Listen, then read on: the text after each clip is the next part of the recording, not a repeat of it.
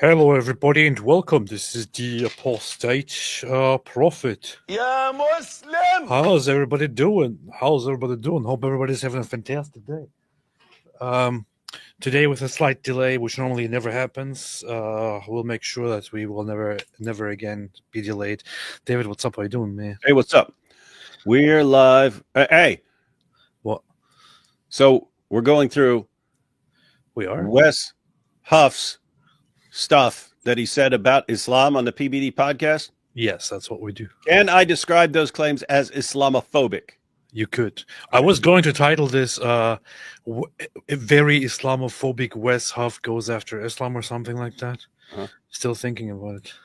Let's see. About Islam on the PBD podcast. Okay, so I said we're live going through Wes Huff's Islamophobic claims about Islam on the PBD podcast. You're saying that is an accurate description, right? Because I'm not seeing. Okay, that is extremely accurate. Yeah. Okay, all right, we got that. All right. Yeah. So he was very Islamophobic. He joined the PBD podcast, and seems like I don't know why, but it seems that from a place of jealousy, probably because he's very jealous of Islam and Muslim apologists, and Islam is like is the best thing, and he's like, oh, I wish I was as good as Islam and Muslims. So yeah, he's jealous of all their great scholarship and stuff too. Yeah, which is why he decided to go there and make Islamophobic remarks about Islam, which is just unacceptable. Yeah, they have the best scholarship, they have the best sources, the best prophet, the best book, and this can make someone extremely jealous and want to say mean things. You know it. So, what we're going to do today is we're going to look at Wes Huff's Islamophobic commentary on Islam, and we're going to correct Wes Huff's Wes Huff's Islamophobic commentary on the Islamic phobia. So, yeah, are you ready for this, David? Ready to have my mind blown out the back of my skull. Blown. The funny thing is, there's something really weird about Patrick Bet-David. I was looking at where he talks about Patrick Bet-David. Where he talks about Islam, not Patrick Bet-David. And then as I'm listening to the episode, just randomly, like I have to hear it in every single place, randomly suddenly talks about Andrew Tate. Yeah, so, what does that have to do with I saw you tweet about that. Isn't that weird? And it's weird because Andrew Tate obviously has fans, and talking about him can get clicks and so on. You could get the tater tots coming and following, and you have all these people who are concerned about Andrew Tate and so on. So it makes sense for people with big platforms to talk about him in one way or another. But it's been coming out that he does pay people to defend him, to attack his victims and so on. Like people have actually, like the most recent one I saw was I forget who was sharing it. I think Milk Bar or Murdered by Crayons was posting a discussion with Myron Gaines and some other Ryan Dawson, I think. Yeah, something like that. And then Ryan was saying that he always has to be up on the Tate stuff because Tate pays him for it. Pays him to be defending him and so on. So anyway, that kind of makes sense of a lot of stuff. Yeah. Earlier today, I was wonder who's. When people just, Andrew Tate, and what about Andrew Tate? But this Andrew Tate, it's like, okay, we know he pays some people. Are you amongst those who are being paid? Are those people among us? So earlier, I had a little bit of time on my hand. Wanted to quickly draw Andrew Tate, and this is all I remembered of him. So I believe that this is a good representation, and I hope that I hope he likes it. Spot on. There's also the Matrix in the background, as you can see. The Matrix. Yeah. Powerful. Anyway, let's have a look at that. It might be that David, people have to make money somehow, So if this is like, if Patrick Bet-David just gets paid whenever he talks about Andrew Tate, then you have to let him have that. Yeah, it'd be funny if Andrew Tate's like, look, I'll give you $50,000 every time you bring me up randomly on your podcast. Okay. Well, let's talk about the grooming gangs right now. Speaking of grooming gangs, I recently spoke to Andrew Tate. What the difference between how many times you read the book of Quran? He's read, I think, 3 times, and the difference between the book of Quran and Christianity. He broke down his views on Mormonism, and then I asked the question. I said, so if Quran is what you say it is, why is the religion of Islam growing at the pace that it is, faster than Christian church, and why is attendance in Christian church declining? And he gave his argument it's growing in different places. I said, why is it Who's not he talking about? American? He's talking about Wesley Huff. Yeah, that's what he's talking about. Oh, he's like describing what they talked about. He's describing what they talked about. I guess I don't know. I guess what they talked about. So I'm looking for the Quran stuff here, and the Quran stuff comes up quite late in the discussion. Actually, it comes up after like 40 minutes or so, where Wes initially mentioned something about the Quran. Period of time. And that's exactly where I'm going. This is great. Yeah. Where I investigated. And, I lived in a home where we had the Quran on the shelf. And so I pulled it off and I read it at that point in time. Now I've read it multiple times since then, but the first time reading it through and thinking, okay, could this actually answer the ultimate questions were you the first time you read it? I was 16. And at that time, how many times had you read the Bible? Oh, at that point, I probably read the Bible about 2 or 3 times. Okay. So I read the Quran cover to cover. I've read it multiple times since, but I also read the Bhagavad Gita. I think it was at the time it was a shorter version. It wasn't the entire Bhagavad Gita. And I read the Book of Mormon, and digging into some of these pieces of worldview literature to try to figure out, okay, I know what my parents raised me to believe, but is believing it because they raised me to it the best reason to believe it? It's not a bad reason. I don't think it is. Yes, it's the best reason. It's the best reason. What do you think, David? Is it the best reason? Yeah, because, I mean, who do you think's going to love you more, your parents or some Dawa clown? Of course, the Dawa clown. Yeah. Obviously. Hey, you know what's funny? Well, I actually stole that. There was a guy. I don't even remember what his real name was. His nickname in prison was Dino, but he was a rapper, and when he got to prison, he got confronted by all the prison Dawa guys, and they showed him all this stuff, Gospel of Barnabas and all this, and he converted to Islam. And his first phone call home to his mom, he said, "Mom, you lied to me. You lied to me. You told me Islam wasn't true. You told me all this Christian stuff. You lied to me, and I got the truth here."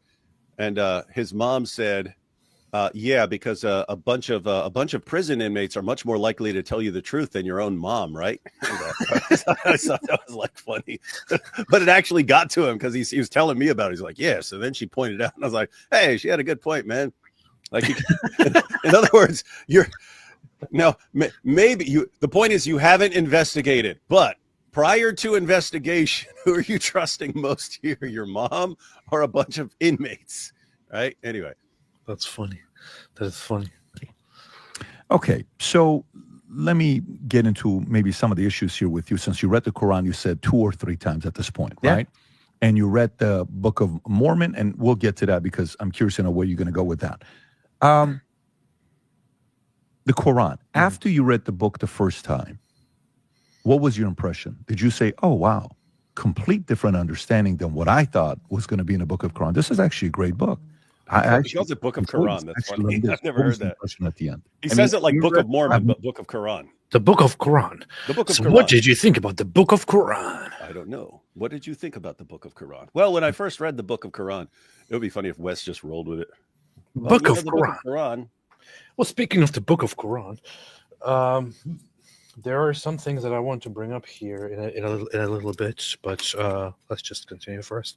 So he read the Book of Quran, and then when he read the Book of Quran, what was his first impression? It was very based.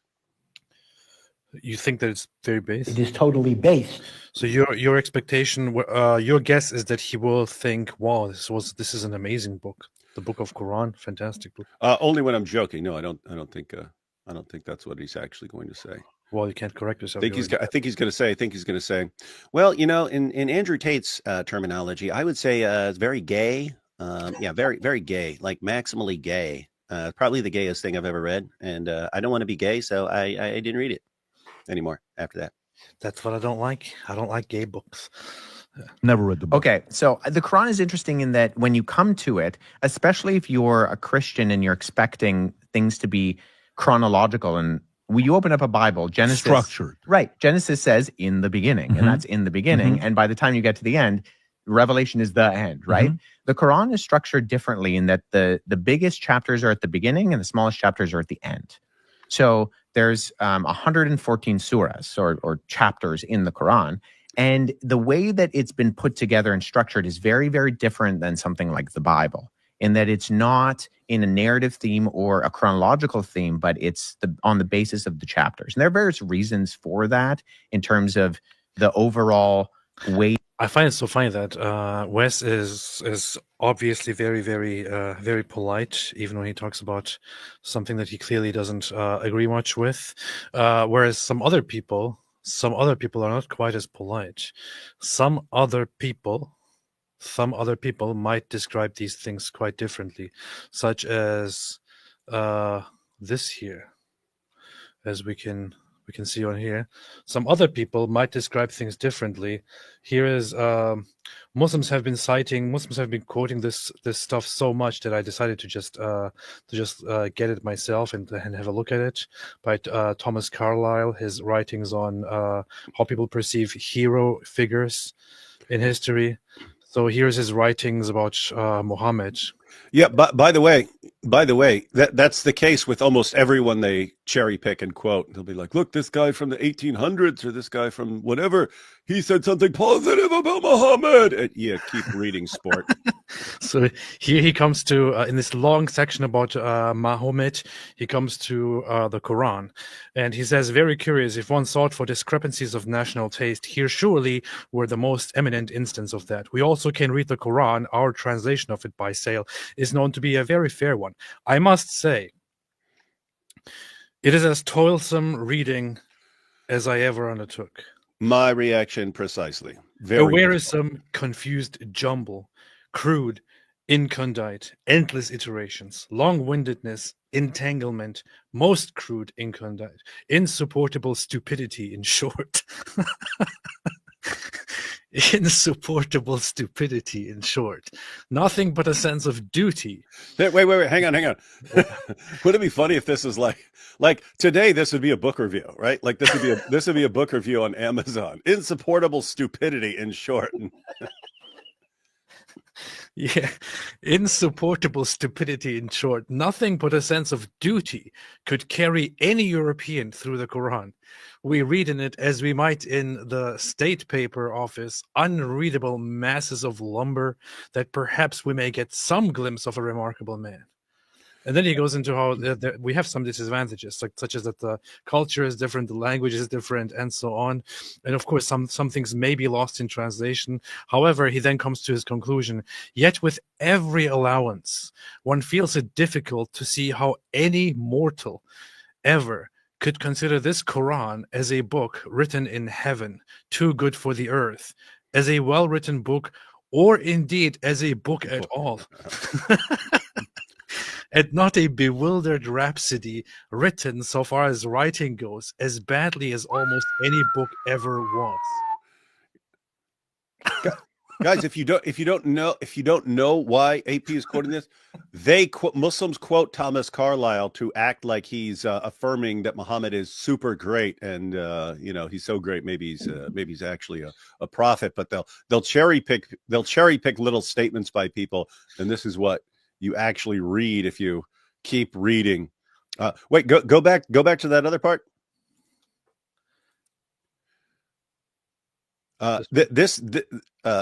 No, go for it. That one right there. Nothing but a sense of duty. I find this interesting. Nothing but a sense of duty could carry any European through the Quran. I find that interesting because Antony Flew, one of the great 20th century critics of religion in general, but an atheist until he became some sort of loose generic theist or deist or something like that in the early 2000s and so on, before he died. But he was asked if he was ever going to, after he said he believes in God, in some extent. He was asked, did he think he would ever convert to something more specific like Christianity or Islam? And he said no. He doesn't think he's going to do that. And then he was asked, well, could you compare Christianity and Islam? Because he'd spent his life studying them.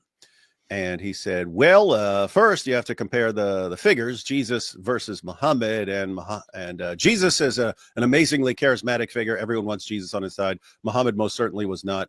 Then he said he compared the Apostle Paul and Muhammad. He said the Apostle Paul had a first-rate philosophical mind, brilliant, knew all kinds of languages and so on, could go toe-to-toe with philosophers. Muhammad is basically the opposite of that. And then he compared the books. He said the Bible, regardless of your position, is an amazing work of literature that everyone needs to understand. And he said to read the Quran is to do penance.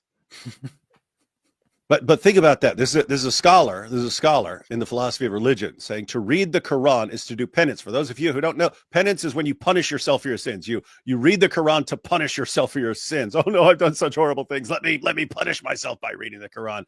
But very similar to what Carlyle says here, nothing but a sense of duty could carry any European through the Quran. It's like you have both of these guys agree. You have to be making yourself read it to get through the pain of actually reading this horrible nonsense. The thing, Muslims repeatedly or frequently bring us this guy and say, "Oh, look, those who actually studied Muhammad, look, they know the truth. They know that all of these accusations about Islam are just lies." Well, here is the same guy that you guys quote. He gets so brutal that he says that he cannot see how any mortal ever could consider this book a book.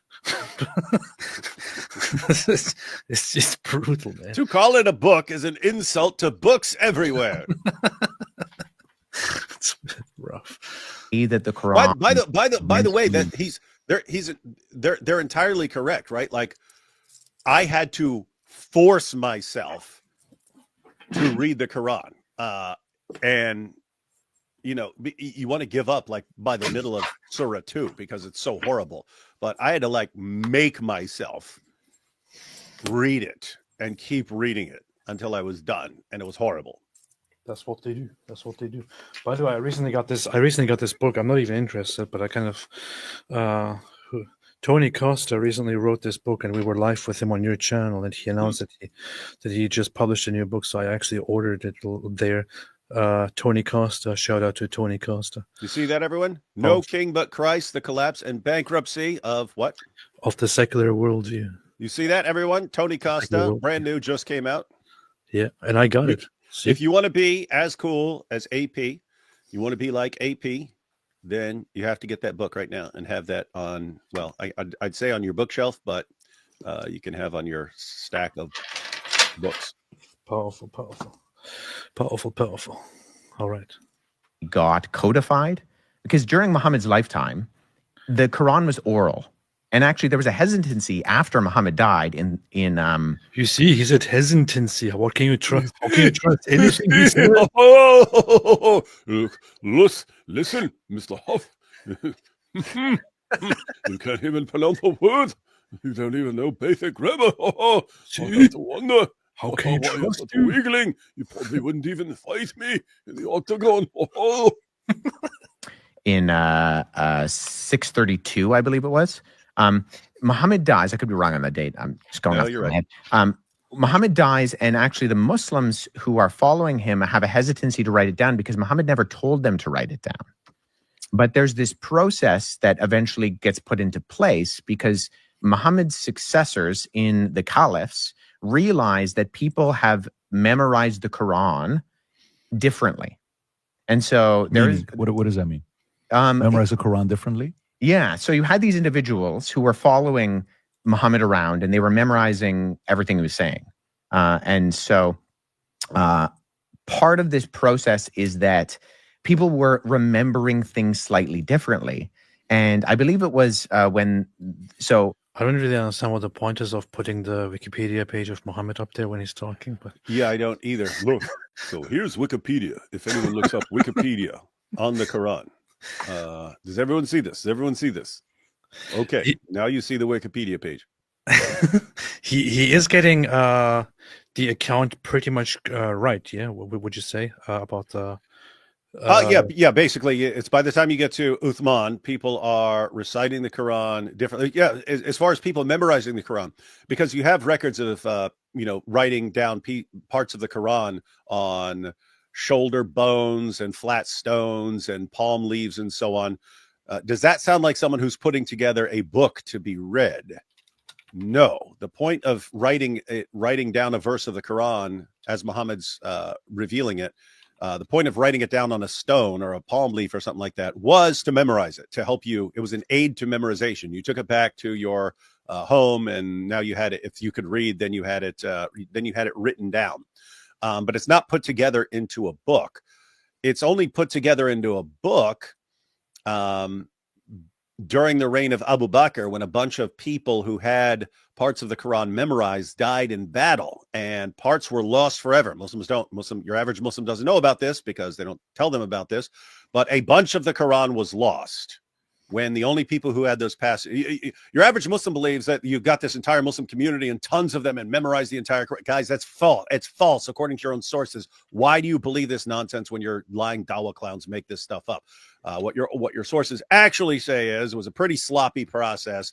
The only people who had certain passages memorized died in battle. They lost a bunch of the Quran, and in order to prevent more of it from being lost, that's why Abu Bakr had it made into a book. But the book wasn't made to be passed around or shared or anything. It was just, let's have a copy so that if a bunch more people die, we still at least have what was revealed and we don't lose anymore.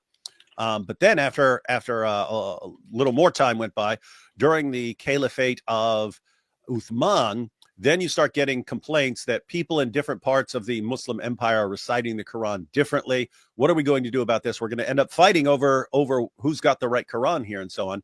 That's when Uthman orders everyone to hand over their Qurans, burns them all, and issues the new standardized version. So anyway, the point is, it's a very sloppy process. It's a complete 180 from what your average Muslim believes about how the Quran was revealed and preserved and so on. That's true. That's what they do. Abu Bakr, who I think is the second rightly guided caliph in succession after Muhammad. Wrong. It's actually first one. How can we trust anything this guy says? You got the year right. You got 632 right. You said you weren't sure about that. And you said you think he's the second. Wrong. He's the first.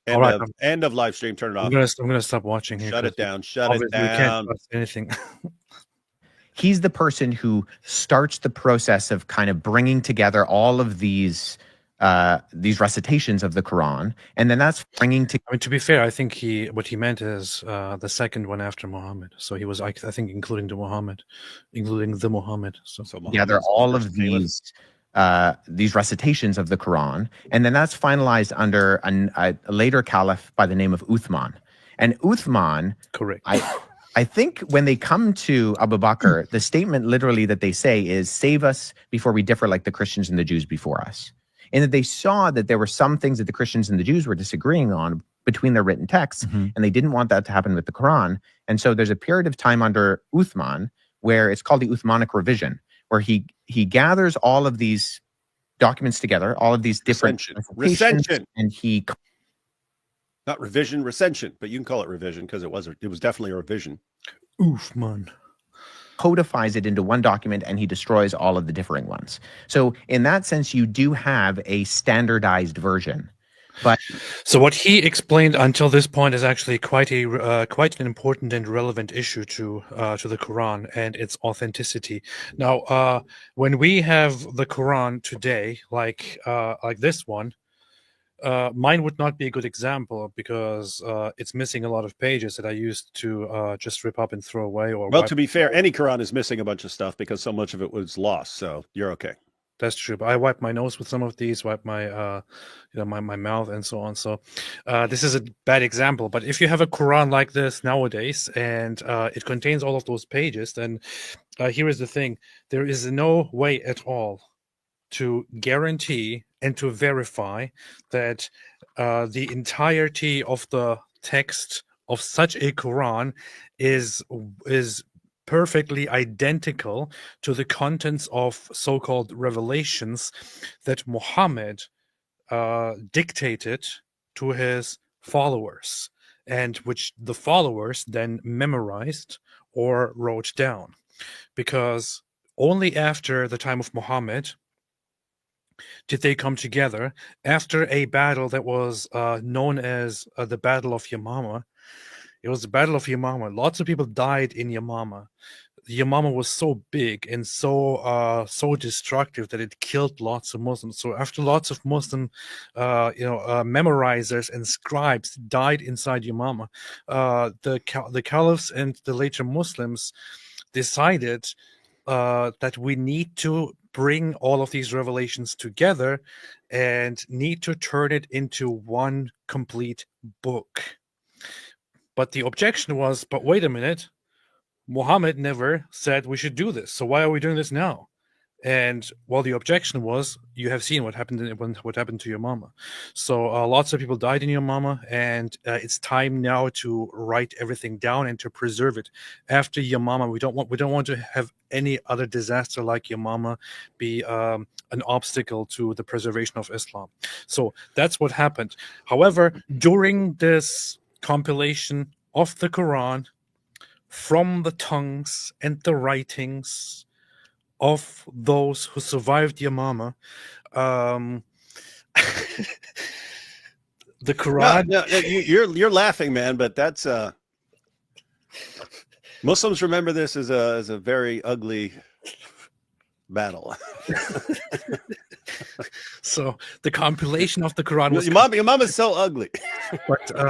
But here is the thing: when they decided to come together and compile the Quran and turn it into one big book as big as Yamama, we don't know what they actually agreed upon, whether the verses and the contents that they agreed upon were actually identical to the revelations given by Muhammad. We don't know any of this. There were internal disagreements. However, the Muslims that survived Yamama decided that this is now the Quran, and that's what we are running with. In fact, there were differences, and Uthman later on came and burned the other differences and left allegedly one Quran. So that's what we're basically running with, pretty much. And we are supposed to trust that this entire book was revealed as is, word for word, by Allah through the angel to Muhammad, which was then almost lost in Yamama. And then and we are supposed to just buy all of that. I personally can't buy it. If you ask me today, can you be sure that the contents of this book are identical to what Muhammad revealed? I can't. That's the issue. That's true. So AP sitting there smiling and giggling and joking, but this was a very, very, very, very, very ugly day in Islam. The Battle of Yamama was such an ugly battle because parts of the Quran were lost forever. They're not in the Quran anymore because the only people who had them memorized died in battle, and the Quran had not been compiled as a book up until that point. So very, very, very ugly battle. That's why it's a saying to this day amongst Muslims, your mama's so ugly, her shadow runs from her. and here it is, Battle of Yamama, part of the Ridda Wars, the Wars of Apostasy. There it is. So, but this is the Battle of Yamama, and it is still to this day remembered. So that's the big thing. Yamama almost killed Islam. So yeah, big stuff. But it's what's in terms of like the history of how texts are produced and disseminated, it's what's called a controlled transmission. It's essentially a government oversight of it, right? So the great thing about having only one version is that you don't have any disagreements, but if you only have one version, you have to trust that the guy who compiled that one version got it right. And there were actually companions of Muhammad within the oral or within the traditional sources of Islamic literature called the Hadith that talk about the fact that there were particular individuals who were very close to Muhammad during his lifetime who did not want to give their Quran versions to Uthman because they knew that theirs was going to differ with Uthman's and he would probably destroy it. And so you have these are not, I mean, controversial in the sense that these are part of the traditional Islamic sources in the Hadith. But I think within the history of how the Quran gets put together. Wikipedia. Oh, look at that. Uthman. And so this is Wikipedia. I'm just going to put it up here. I'm not expecting people to actually read this. It's just my tech guy is out, and I have to kind of run things for myself, and I'm supposed to put a graphic up on the screen. I don't know what to put up, so I won't put up a picture of the Quran or anything while you're talking about the Quran. I'll just go to Wikipedia. I just wanted to expand briefly on what Wes just said. He pointed out that there were companions of Muhammad who didn't want to hand their Qurans over because they knew that those Qurans would be destroyed. What's interesting, so he's referring to Ibn Masud here. Ibn Masud ordered the people. He ordered his followers, do not hand over your Qurans. Don't hand over your Qurans to this guy. Hide them. But what's also relevant is who that was. It wasn't some random guy. Muhammad said, if you want to learn the Quran from anyone, learn it from Ibn Masud. So the guy that Muhammad said, if you want to learn the Quran from anyone, learn it from that guy. He actually rejected the Quran that Muslims use today. Had tons and tons and tons of variants. I think like 200 variants just in Surah 2 alone. But also different chapters. He didn't believe that Surah 1, Surah 113, or Surah 114 are supposed to be in the Quran. These are prayers. He said, these are us talking to Allah. The Quran is Allah talking to us. These should not be in the Quran. And so these are the kinds of disagreements they had. And yet your average Muslim believes that it was a perfectly smooth process. Muhammad delivered to his followers. His followers put it into a big book, and it was passed on. And plus, they had it all memorized. It's a great process. You read the actual Muslim sources, it's a big disaster. And the fact that so many Muslims believe what are complete lies about the Quran shows how messed up dawah is, because they get that from their dawah clowns who tell them, oh, it's this miraculous preservation and here's how it happened. And it's like no similarity to what actually happened. And what's amazing is you could tell a Muslim, you could say, look, let's actually go through your sources, what they say about how your book was actually put together and preserved and all the problems and all the passages that came up missing and so on. Let's go ahead and look at that. They won't believe a word you're saying. They'll just still believe their dawah guy, even though you're quoting their sources and the dawah guy is indisputably lying. That's what they do. That is what they do. But I think within the history of how the Quran gets put together, you see something very different than what you see in the Bible. And so when you're reading it, especially if what I did, open up the front and then read all the way through, there are parts of the Quran that are confusing because they don't necessarily follow what would be considered a overly rational order in terms of the flow of the text. So this is such a polite description of what's happening in the Quran. We have said the same thing very often, and it's just that you open the book and you start reading, and it just jumps from topic to topic without any reason at all. It's just it talks about trees, then suddenly it talks about how to enter your homes from the back door, and then it talks about how Jews are messed up, and so on. It's just completely thoughtless, random garbage put together. It's like if you took some of the Torah, a couple pages out of the Torah, and a couple pages out of the Talmud, and a couple pages out of the New Testament, and a couple pages out of some of these other apocryphal sources and so on, and a few other things, and you stuck it into a blender, let it get ripped apart, and then put it down and said, this is our book, let's read it. That's what reading the Quran is like. Exactly. I open it up, I read it. Some things sound familiar in some ways, and that it's talking about Moses and Noah and even, Jesus, Mary are in there. But there are components of it that they're so far from what the biblical narrative is that it just seems off. And I think there's a very often in a sense that it's not chronological. Yeah. It's not off in the sense that it's wrong, or off in many, many ways. I mean, I can tell you my own experience. I had, when I was a Muslim, read the Quran several times, and when I was a Muslim, was your mind blown?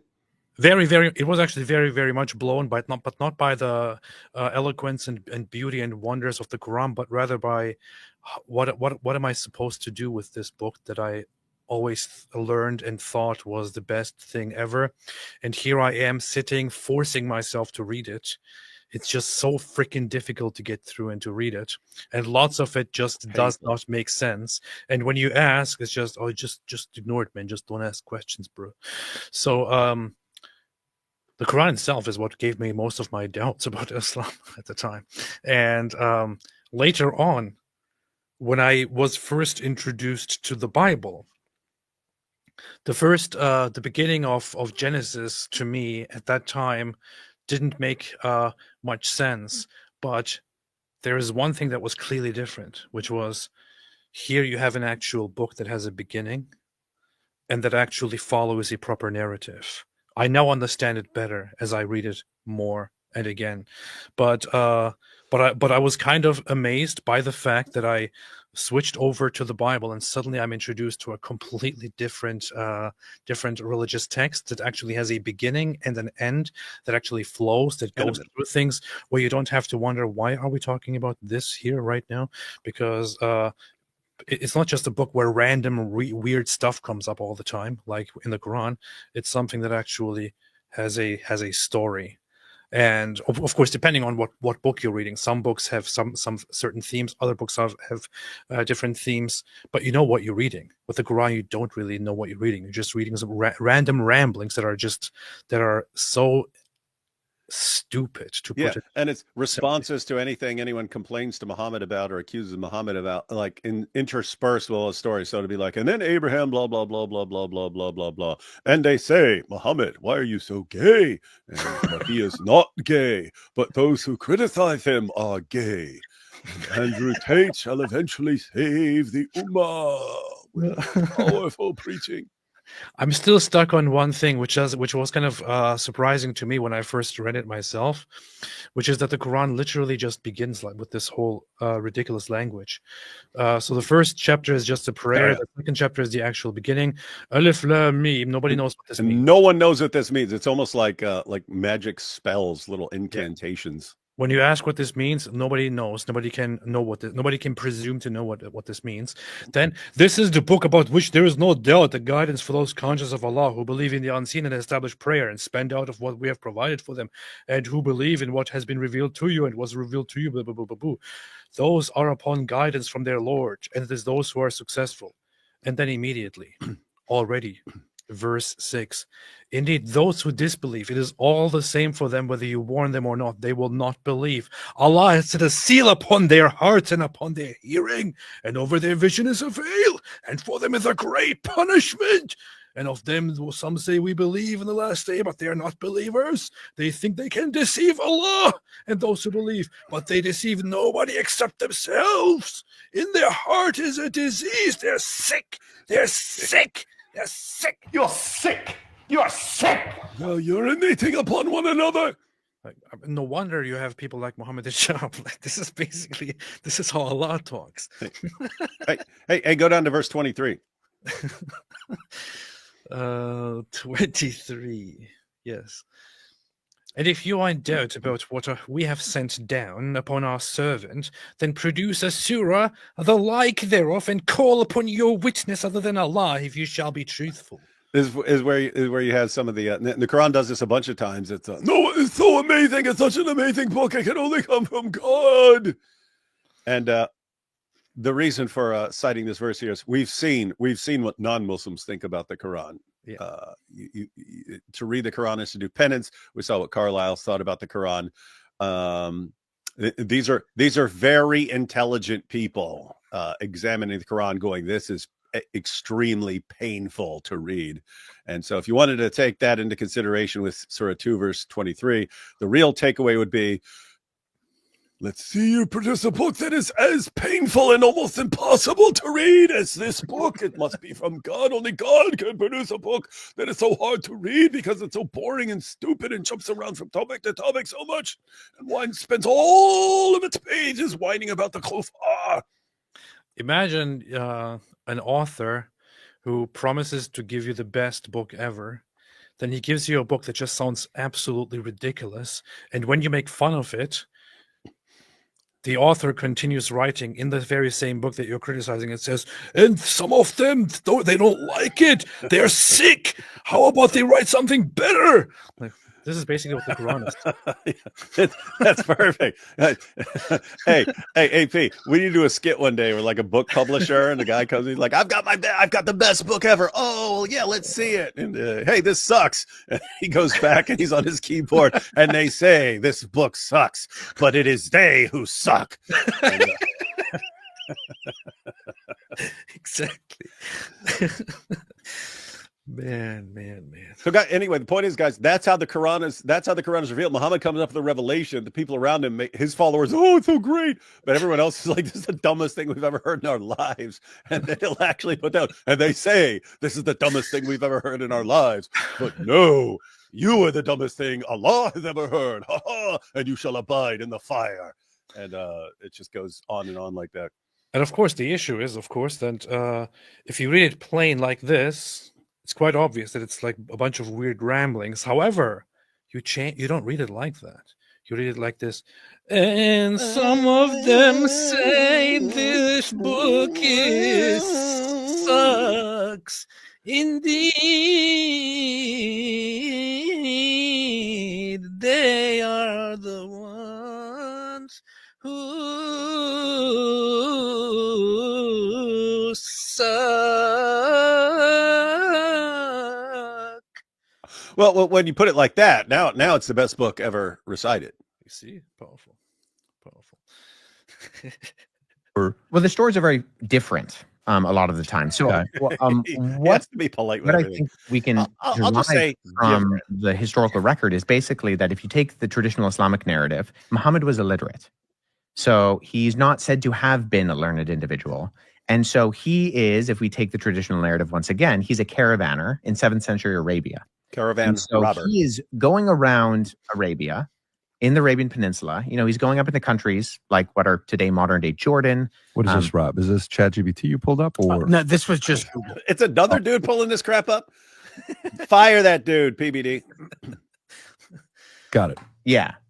So if we go by that traditional narrative, he's a caravaner. He's going around. He's being exposed to Christians and Jews because they're all over the place. Oh, he is being exposed. All right. Being exposed. And in Syria and in Jordan and in Iraq, like these were Christian countries a lot of the time. And he's hearing these stories about who the Christians and the Jews believe are their prophets and individuals within that are part of the religion. But he's not able to discern between the difference between an actual historical source like, say, the four Gospels, Matthew, Mark, Luke, and John, and, say, apocryphal Christian tales that are floating around the Arabian Peninsula. This is a very floating around like something floating in a toilet. This is a very good and very important point. I think you will continue with this, but much of what makes up the Quran and its narratives about different things, different Quranic stories and traditions, including but not limited to stories about biblical figures, stories about Jesus, and also different stories about completely random people that have nothing to do with Abrahamic tradition, come from sources that are simply human, come from hearsay, folk tales, and all that. And Islam just adopts it. The author of the Quran just adopts it and just runs with it. At some point, people come to him and say, and ask him about Dhul Qarnayn, which means the two-horned one. And they say, so tell us about Dhul Qarnayn. Who is Dhul Qarnayn? What did he do? And Muhammad goes away for a few days, and then hears some information about it, and then comes back and says, oh, Allah sent me a revelation. Mm-hmm. The revelation goes as follows. And they ask you about Dhul Qarnayn. Say Dhul Qarnayn was a servant of Allah, and we guided him, and he went to the farthest west and the farthest east, and he saw the setting place of the sun, and he saw that the sun was setting in a muddy spring, and he was a wonderful person. The whole question was about Alexander the Great. Muhammad just didn't get it. Mm-hmm. And what you're talking about there is tying it in with what Wes is talking about. Muhammad could not tell the difference between a actual historical source and just myths and fables that are circulating during his time. Why is this relevant? Well, the stuff he cites about Alexander the Great, Dhul Qarnayn, is not from historical sources, accurate historical sources about Alexander the Great.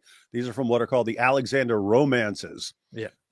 They're made up, right? They're made up. It's like remember that guy Musa Sarantonio, who was the poster boy for ISIS in Australia, got locked up, then left Islam and started blasting it from prison because the guy's like, he's one of these weird people who picks up languages really, really quickly. And so he started learning the relevant languages and started reading the Syriac Alexander legend and so on, and realizing this is where the Quran is getting this story from. And so he called it, he said the Quran is plagiarizing 7th century fan fiction. The Quran is plagiarizing 7th century fan fiction. So guys, what this would be like is take someone like William Wallace, right? William Wallace. There's an actual William Wallace who was a hero and so on. To the people of Scotland and so on. And there are things you can learn about William Wallace that are accurate history. Or you can watch the movie Braveheart, which contains a bunch of stuff that's just made up for the movie. So suppose someone claims to be a prophet. You ask him, you say, hey, you're a true prophet. Tell me about William Wallace. I have a little challenge for you. Tell me about William Wallace. And he says, okay, let me disappear for 2.5 hours. And he disappears for 2.5 hours. And then he comes back and says, I have my revelation. Lo, they ask thee about William Wallace, and verily William Wallace did step out and say, they may take our lives, but they'll never take our freedom. And he quotes it, but it's clear he's just quoting the movie Braveheart. That's basically what you have with Muhammad. It's not an actual movie, but even the pagans could tell the difference between this is something that's like on the level of a bedtime story, and you're quoting it as revelation. That's what it's like. That's what it's actually like. And indeed, our servant William Wallace, he went to a place known as Braveheart. Braveheart. And there he wore these things and he said, freedom. So here's the story about Dhul Qarnayn in chapter 18, verse 83 of the Quran. And they ask you, O Muhammad, about Dhul Qarnayn, the two-horned one. Say, I will recite to you about him a report. Indeed, we established him upon the earth, and we gave him from everything away. So he followed away until when he reached the setting of the sun, he found it. I.e. the west. Yeah, that's where the sun sets. He found it. You reached it. Setting in a body of dark water, and he found near it a people. It's funny they add some translations. Look at the next one too. Seemed to be. He found it. Seemed to be setting. It doesn't. Say- know what it says. It's he found it. Read it without the additional commentary. He found it. What the sun setting in a body of dark water. They have to add as if, because they know more than Allah. Yeah, we said, oh, Dhul Qarnayn, either you punish these people or else adopt of them goodness and so on. So it tells a story where Dhul Qarnayn, who is actually Alexander the Great, according to all accounts, goes around the world and finds the place where the sun sets in a muddy spring and so on. This is what the Quran does. It's a very stupid book. Mm-hmm. And so, because there is this inability to actually discern between those sources, some of those things get incorporated into the Quran. So, and we can trace this. A friend of mine, Andy Bannister, did his PhD dissertation, and then he published a book on this. It's called The Oral Formulaic Construction of the Quran, where we can actually tie certain stories in the Quran to apocryphal sources Hang on. floating around. That is the difference, right? If we wanted an exact parallel, it would be someone asks Muhammad about William Wallace. Muhammad disappears for 2.5 hours, then comes back, and it's all stuff from the movie Braveheart, but William Wallace is a Muslim too. That was the missing element. Yeah. And it would be, and as they were killing him, he said, freedom from the kuffar, and may Allah destroy them. I am a prophet, lo, and that's how it would be. And then Muhammad's followers would, oh, it's such a great revelation that will really happen, alhamdulillah. So powerful, wow. But and the additional factor would be that later on, as it turns out, that this is that Muhammad basically just stole the story or a fictional account of William Wallace based on the movie. The believers will then start acting as if this isn't about William Wallace, it's about a different character. It has nothing to do with William Wallace. This is what they do with Dhul Qarnayn. With Dhul Qarnayn, it's very obvious by the early Muslim scholars, attested many times, and also looking at the story, quite obvious, this is about Alexander the Great. Ask Muslims today, and they will deny that it is about Alexander the Great, despite the fact that traditionally Islamic scholars have viewed it as clearly about Alexander the Great, because the story lines up with fables about Alexander the Great. The description lines up with Alexander the Great. But since Muslims realized, wait a minute, Alexander the Great was not at all somebody who would be described as who should be described as a Muslim. No, be clear on that. Alexander was as pagan as you could possibly be. You cannot be more pagan. You cannot be like, oh, Alexander's a pagan, but I can be even more pagan. No. That guy was as pagan as a pagan can possibly be. He declared himself a god. Yeah, so. He's a devout Muslim, according to the Quran. In fact, even his name in the Quran, Dhul Qarnayn, the two horns, that refers to him wearing the two horns of Amnon, of the god Ammon, and claiming to be the sun.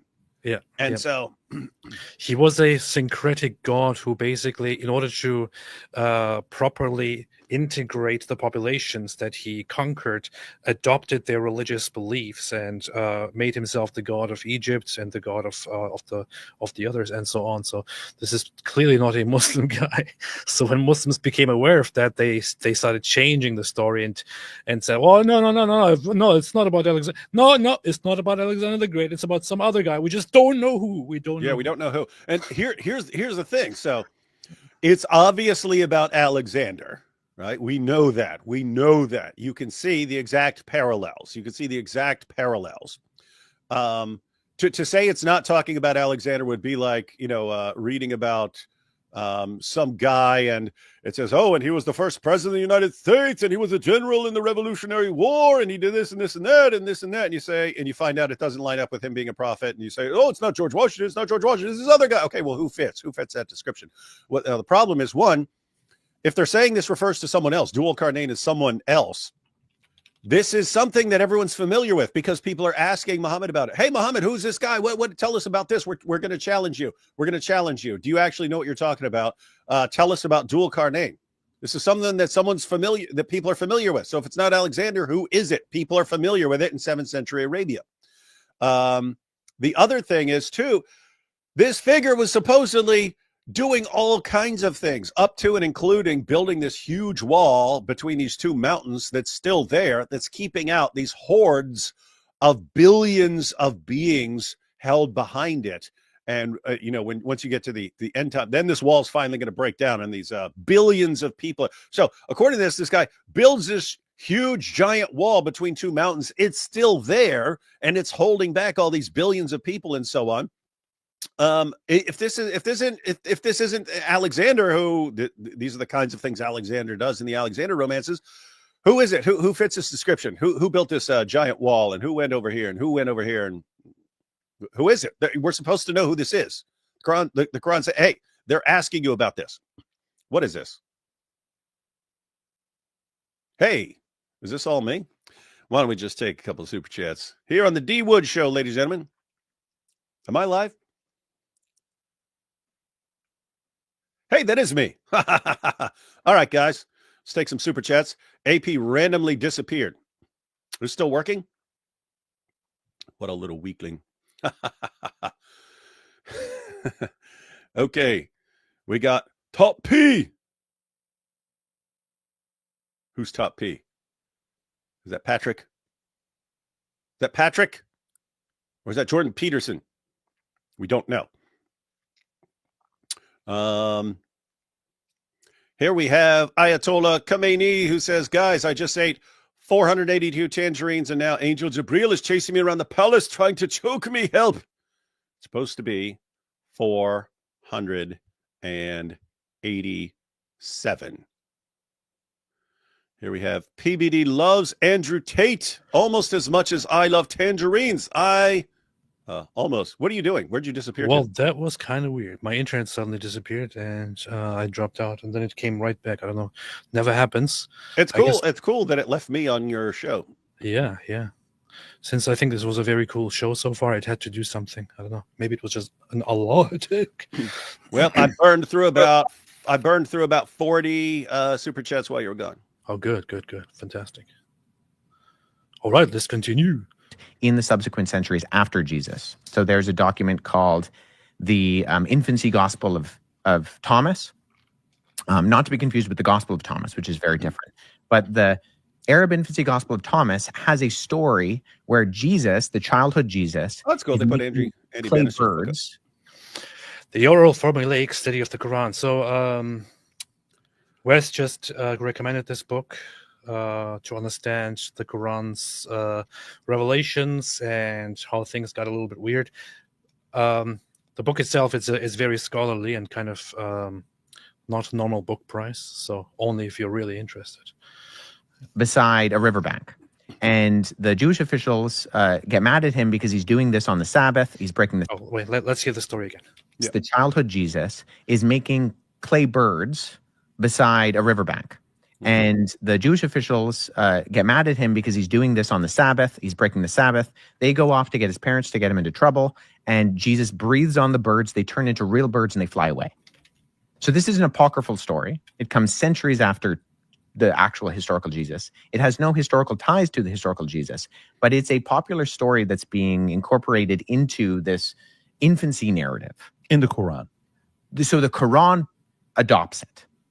So we can trace it to the Infancy Gospel of Thomas and then later Arab Infancy Gospel of Thomas. The Quran borrows it. And so he's telling he's telling something very important, which I think is crucial when we talk about the Quran and its credibility. So I have a print version here with me, the Infancy Gospels, which has the Infancy Gospels compiled, which are mostly just a bunch of fake writings by different heretical sects later on, which tell stories about Jesus. Some of them have some authenticity and are apocryphal and so on. You can find the texts in here. You can also, there is actually a website, gospels.net, where you can directly find the texts of these different pseudo-gospels written out. And here you can, for example, go on the Infancy Gospel of James or the Infancy Gospel of Thomas. If you go on the Infancy Gospel of Thomas, it will describe here the details about it, and it will also give you the full text of it. And as Wes just explained, there are some stories about Jesus that are found in these Gospels. You can find that right here. It's right at the beginning of the Infancy Gospel of Thomas. It says right here at the beginning, Jesus makes sparrows. In chapter 2, the child Jesus was 5 years old. After it rained, he was playing at the ford of a flowing stream, and stirring up the dirty waters, he gathered them into pools, and he made them clean and excellent, ordering them by word alone, and not ordering them by a deed. Then, having taken soft clay from the mud, he formed 12 sparrows from it. But it was the Sabbath when he did these things, and many children were with him. But a certain Jew saw the child Jesus with the other children doing these things. He went to Joseph his father and slandered the child Jesus, saying that he made clay on the Sabbath, which isn't permissible, and formed 12 sparrows. And Joseph went and rebuked him, saying, "Why are you doing these things on the Sabbath?" But Jesus clapped his hands, ordering the birds with a shout in front of all, clap your hands, and said, "Go take flight like living beings." And the sparrows taking flight went away squawking. And having seen this, the Pharisee was amazed, and he reported it to all his friends. This is a clearly fake story. Yeah. Here's the thing, though. It's a fake story. It's from much later. The point of the story is that Jesus is God, right? And he's giving people signs that he's God. And this sign is meant to show, look, he creates the same way God creates. How does God create Adam? He fashions him and then breathes into him, and then he comes alive. And Jesus says, hey, watch me do that. Watch me do that. I'll make some birds and breathe into them, and then they take off flying. Powerful, powerful. So this is clearly a fake story about Jesus made up later to embellish Jesus significantly during his lifetime and make it look like he was always showing signs of divinity and godhood and all that, even when he was a little child. That is not the Christian account. Mm-hmm. That's not how Jesus is meant to be in a Christian account. But these later sects with Gnostic or other influences depicted Jesus as this. Well, there was also a reason people later Christians became obsessed with what are called like the missing years of Jesus. So he's born, and then you get a couple glimpses of him, like there's him in the temple and stuff like that when he's a teenager and so on. But then it's just, okay, now he's around 30. Now his public ministry is going on and so on. So people are like, what happened before then? It's like, he was probably working as a carpenter in his dad's carpentry shop. That's what he's doing. You don't need a lot of stories about that. But there was then later generation. You could basically just make up a story at some point and say, here's what Jesus was doing when he was a child and so on. People would get really interested. It would be really entertaining. Now, here comes the problem. These texts are going around in the Middle East and parts of the Christian world among heretical sects. Christian teachers and authorities and scholars reject these as just fake hearsay and so on. Like, hey, cool story, bro, but that's not part of our teaching, so get out of here. But then the Quran comes along. The author of the Quran comes along in the 7th century, hears these stories as well, doesn't know what is right and what is wrong, doesn't know what is authentic and what is made up, and starts adopting these stories. And suddenly, we go to the Quran, chapter 3, verse 49, and what do we read? About Jesus, and make him a messenger to the children of Israel, who will say, indeed, I have come to you with a sign from your Lord, in that I design for you from clay, like the form of a bird. Then I breathe into it, and it becomes a bird by permission of Allah. There you have it. So, yes, of course, Jesus is creating the same way God creates, but he's doing that by permission of Allah. So he's a devout Muslim, and that's what Jesus was actually saying when he's a kid. He's I do it by permission of Allah. And why this is weird, guys, is so a Muslim will say, you see, he's not creating like God because he's just doing it by the permission of Allah. Why is Allah giving Jesus permission to create life the same way Allah creates, knowing that people would interpret this as evidence that he is God? In other words, why is Allah having Jesus do things that people are going to interpret as proof that he's God? Why? What's the point of that? What does he need to do that for? In other words, you could give Jesus all kinds of miracles. Why have him create the exact same way that God creates, according to the Quran? And you can also see that the author of the Quran itself sees the problem with these narratives, but then still doesn't get it and adds these things, adds by permission of Allah. You have two cases here. Instance one is, I form clay birds, and then I breathe life into it. So Jesus breathes life into clay birds that he just made. But wait a minute, who is the only one who can breathe life into inanimate beings? Allah, not Jesus. Well, therefore we will just add by the permission of Allah. And then you have the second instance here, and I give life to the dead.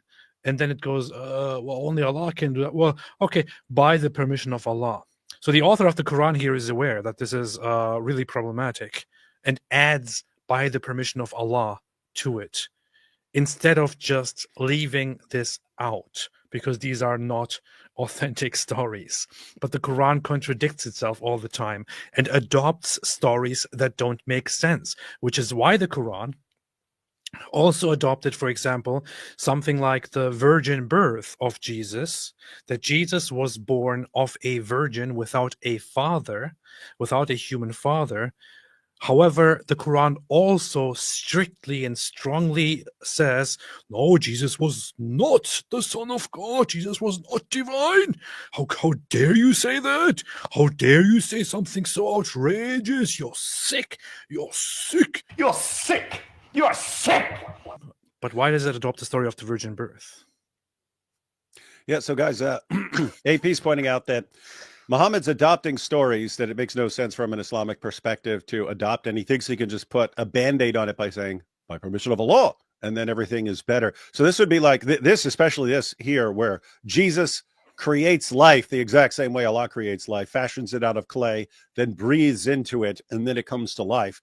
And, I can fix that, but just by saying, by permission of Allah. This would be like saying, like Muhammad hears a story about Jesus creating the entire universe, and Jesus created the universe.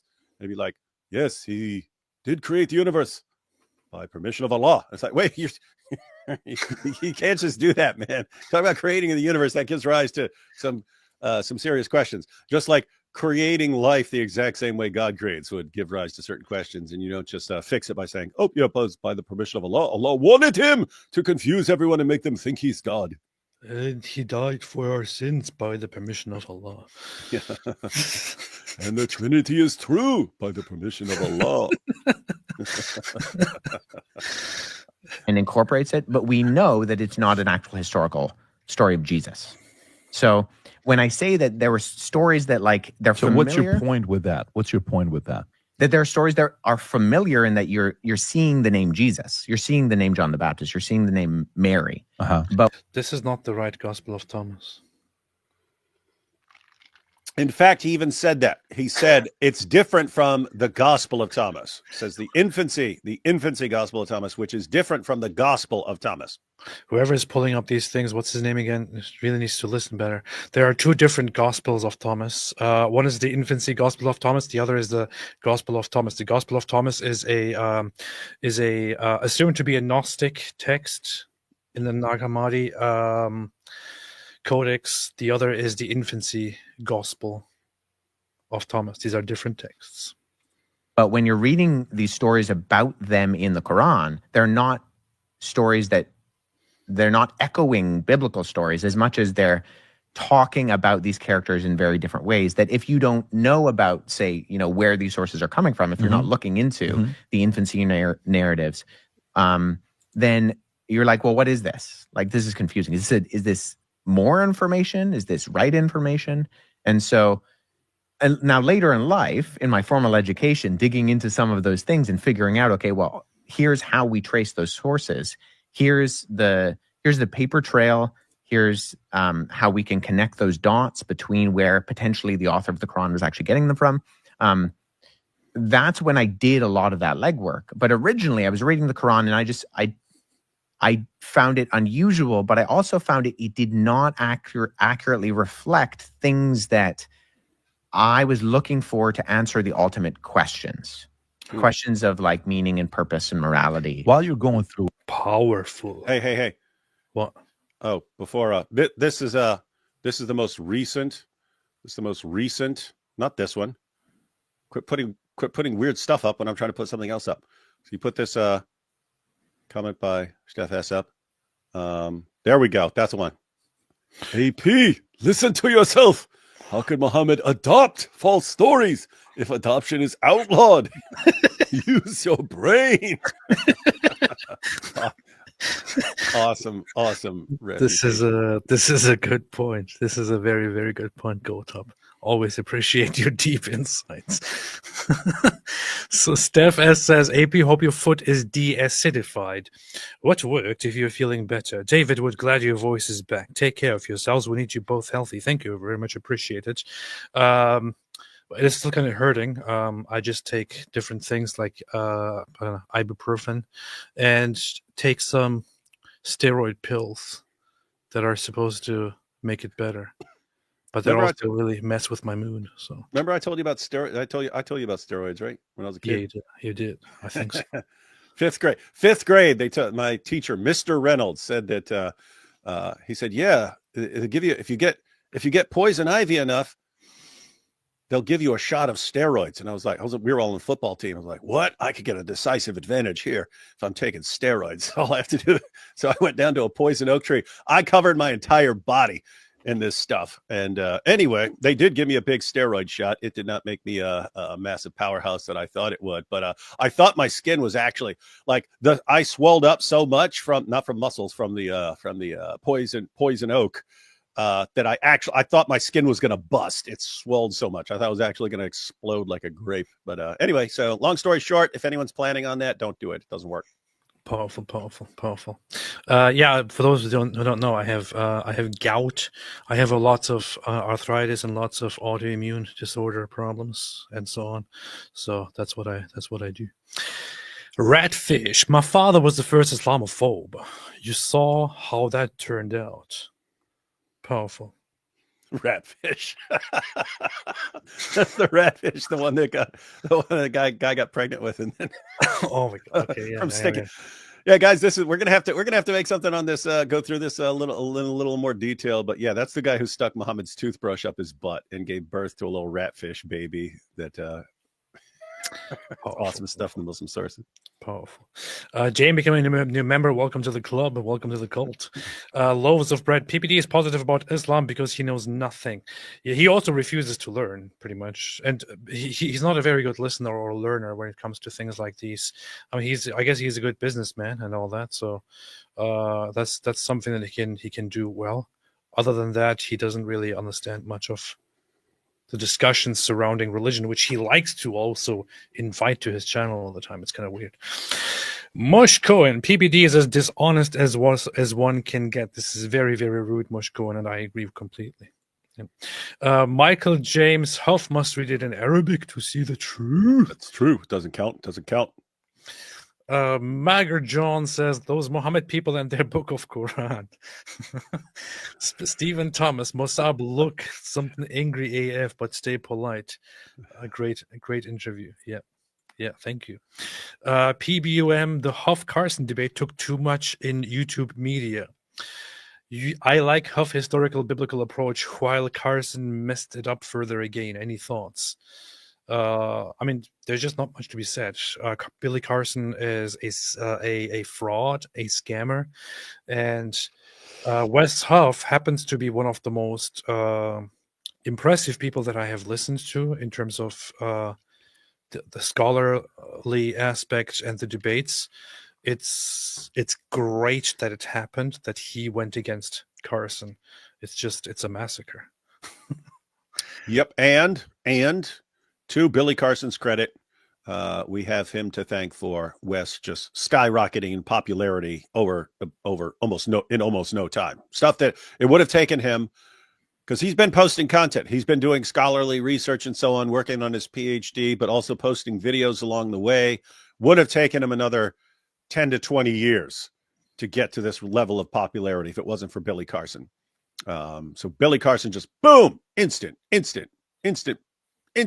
exposure. Awesome. Powerful.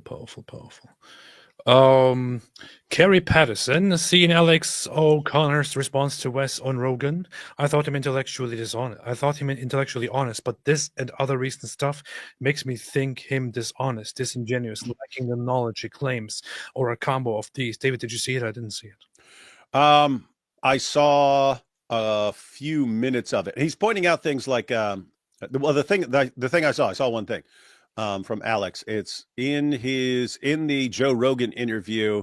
He said, Wes said that, originally we didn't have any really early manuscripts of the prophet Isaiah. So all you have is, a fairly recent copy of Isaiah. And then we got the Dead Sea Scroll, the great Isaiah scroll. And he says, and it matched up word for word. And so Alex points out, no, there are textual variants, and Alex is right. There are textual variants and so on. So it's just a question of is he, did he met? Because even here when he's talking about Islam, he says that Abu Bakr's the second of the caliphs and so on. Like we're looking at that going, okay, it's not right. And so what do you do? Do you say, okay, he doesn't know what he's talking about there, or he's just a little sloppy sometimes? I don't know. I'd be in favor. He clearly knows what he's talking about, guys. He clearly knows what he's talking about. Does he get some things wrong? Yes, and there are even Christians discussing the things that he gets wrong in some of the points he's making. I mean, here's the thing. Also, you have a guy who is a scholar in the fields that he in most of the fields that he talks about at the moment. He did his work. He is very much devoted to it. He's very young, and here is also the other issue.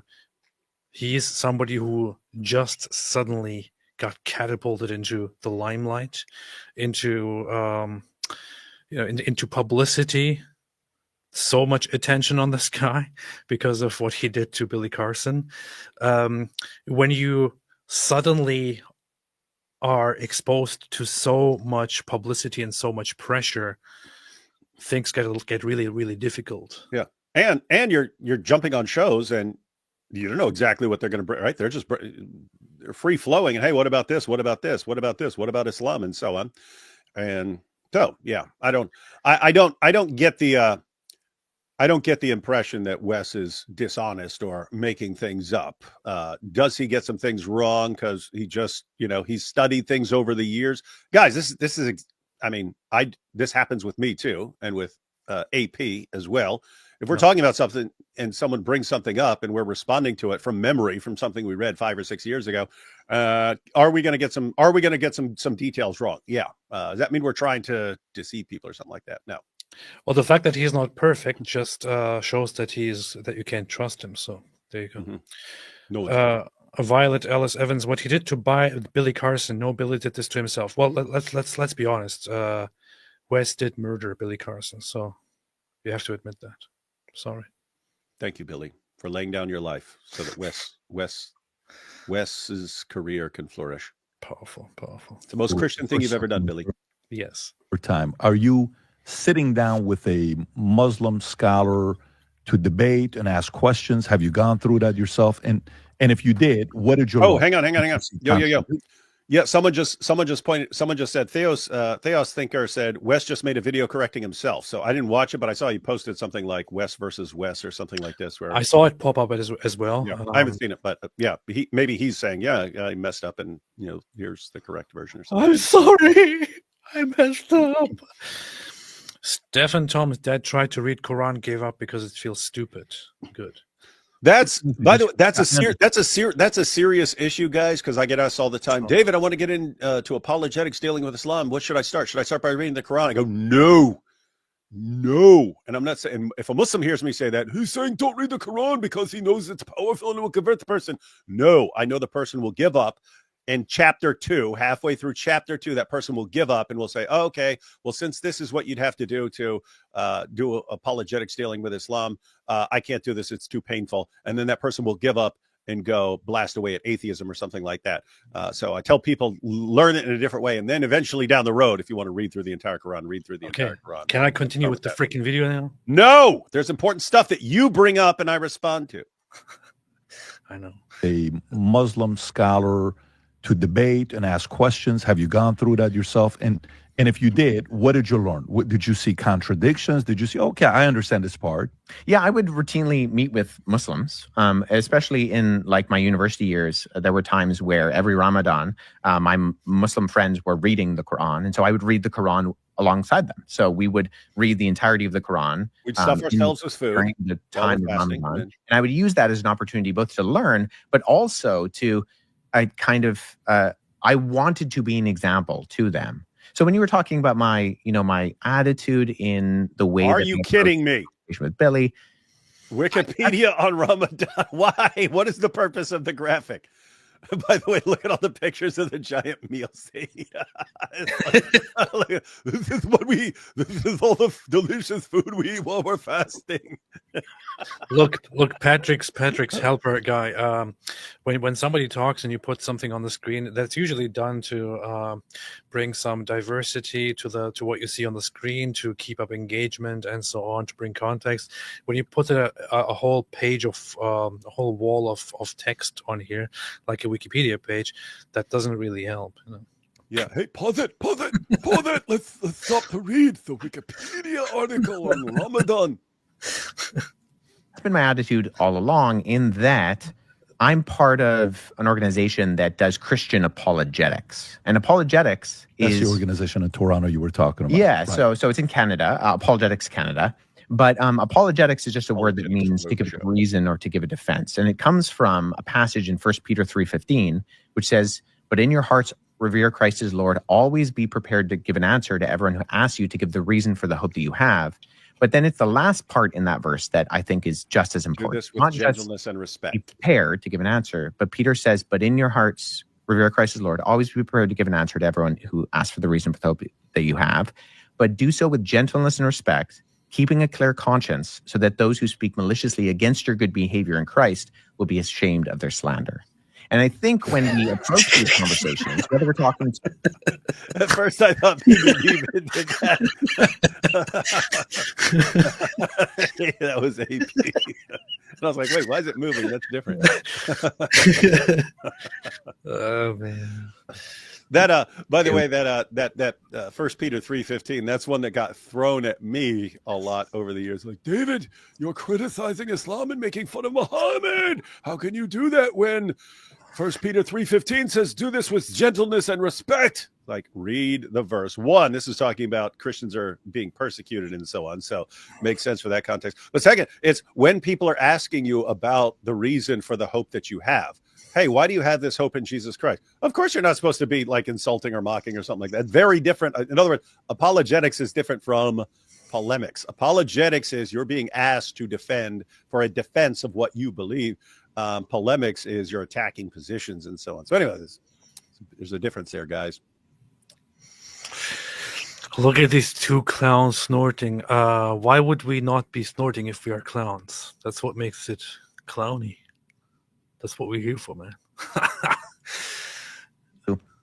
Agnostics, atheists, Mormons, Muslims. For someone like myself who claims to be a Christian, if I'm only giving answers, but I'm not revering Christ as Lord in my heart, and those answers aren't done so with gentleness and respect, keeping a clear conscience, then I'm not actually obeying that command in Scripture to give an answer, because it needs to be Look at this idiot snorting. Yeah, I love that. So I love that too. That's a good attitude. But this is the mistake. So when Christians like Wes Huff or David Wood comment, they're always polite and always want to be like friendly and polite and respectful and all of that. This is the mistake. What you have to do is when you go out and preach to people, you are supposed to talk like this. You're finished already. Look at me. Look at me. You know you're done. You're sick. You're a sick liar. You're a liar. How about you get on your knees?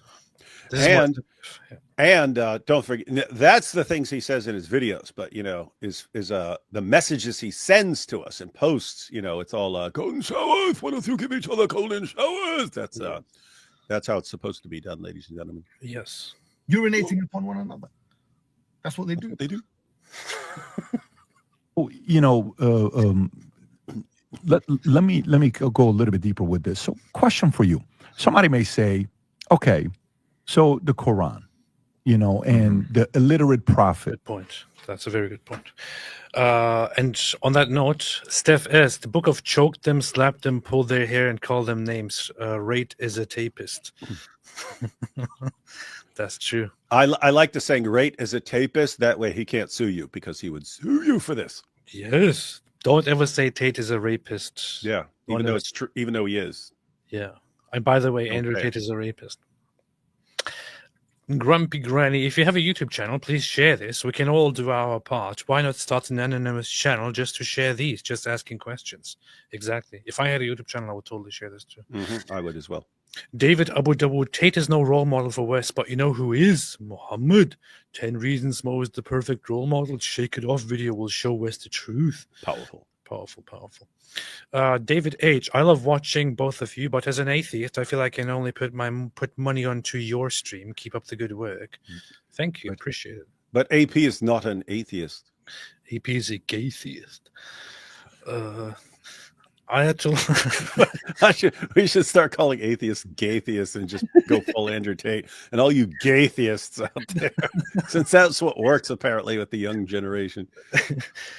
Oh, did you see that he recently attacked the Christians who are calling him out? I know, dude. It's so funny. This is like person drowning and just lashing out in every direction. It's so. You know, you go back just a year ago, and it's like, Great Britain needs Islam. They must convert to Islam. I challenge all of you to convert to Islam to save your country. And then just a couple weeks ago, it's Great Britain is a Christian nation. Islam must not take over. And then Christians blast him for pretending to be buddies with the Christians now. And then, oh, you Christians seething over what are you because I'm cool and you're all dorks. Yeah, look at this. After so many Christians came out and criticized him and said, why would you people follow Andrew Tate? This is not good. He said, all the Christians seething over, why do young men listen to Tate? Because I'm effing cool and you're all dorks. Why do they listen to the man that makes them strong, powerful, and rich over the people telling them to accept homos and forgive transgression? Losers. You know what's the great irony about this here? That he is blasting Christian dorks for preaching forgiving transgressions.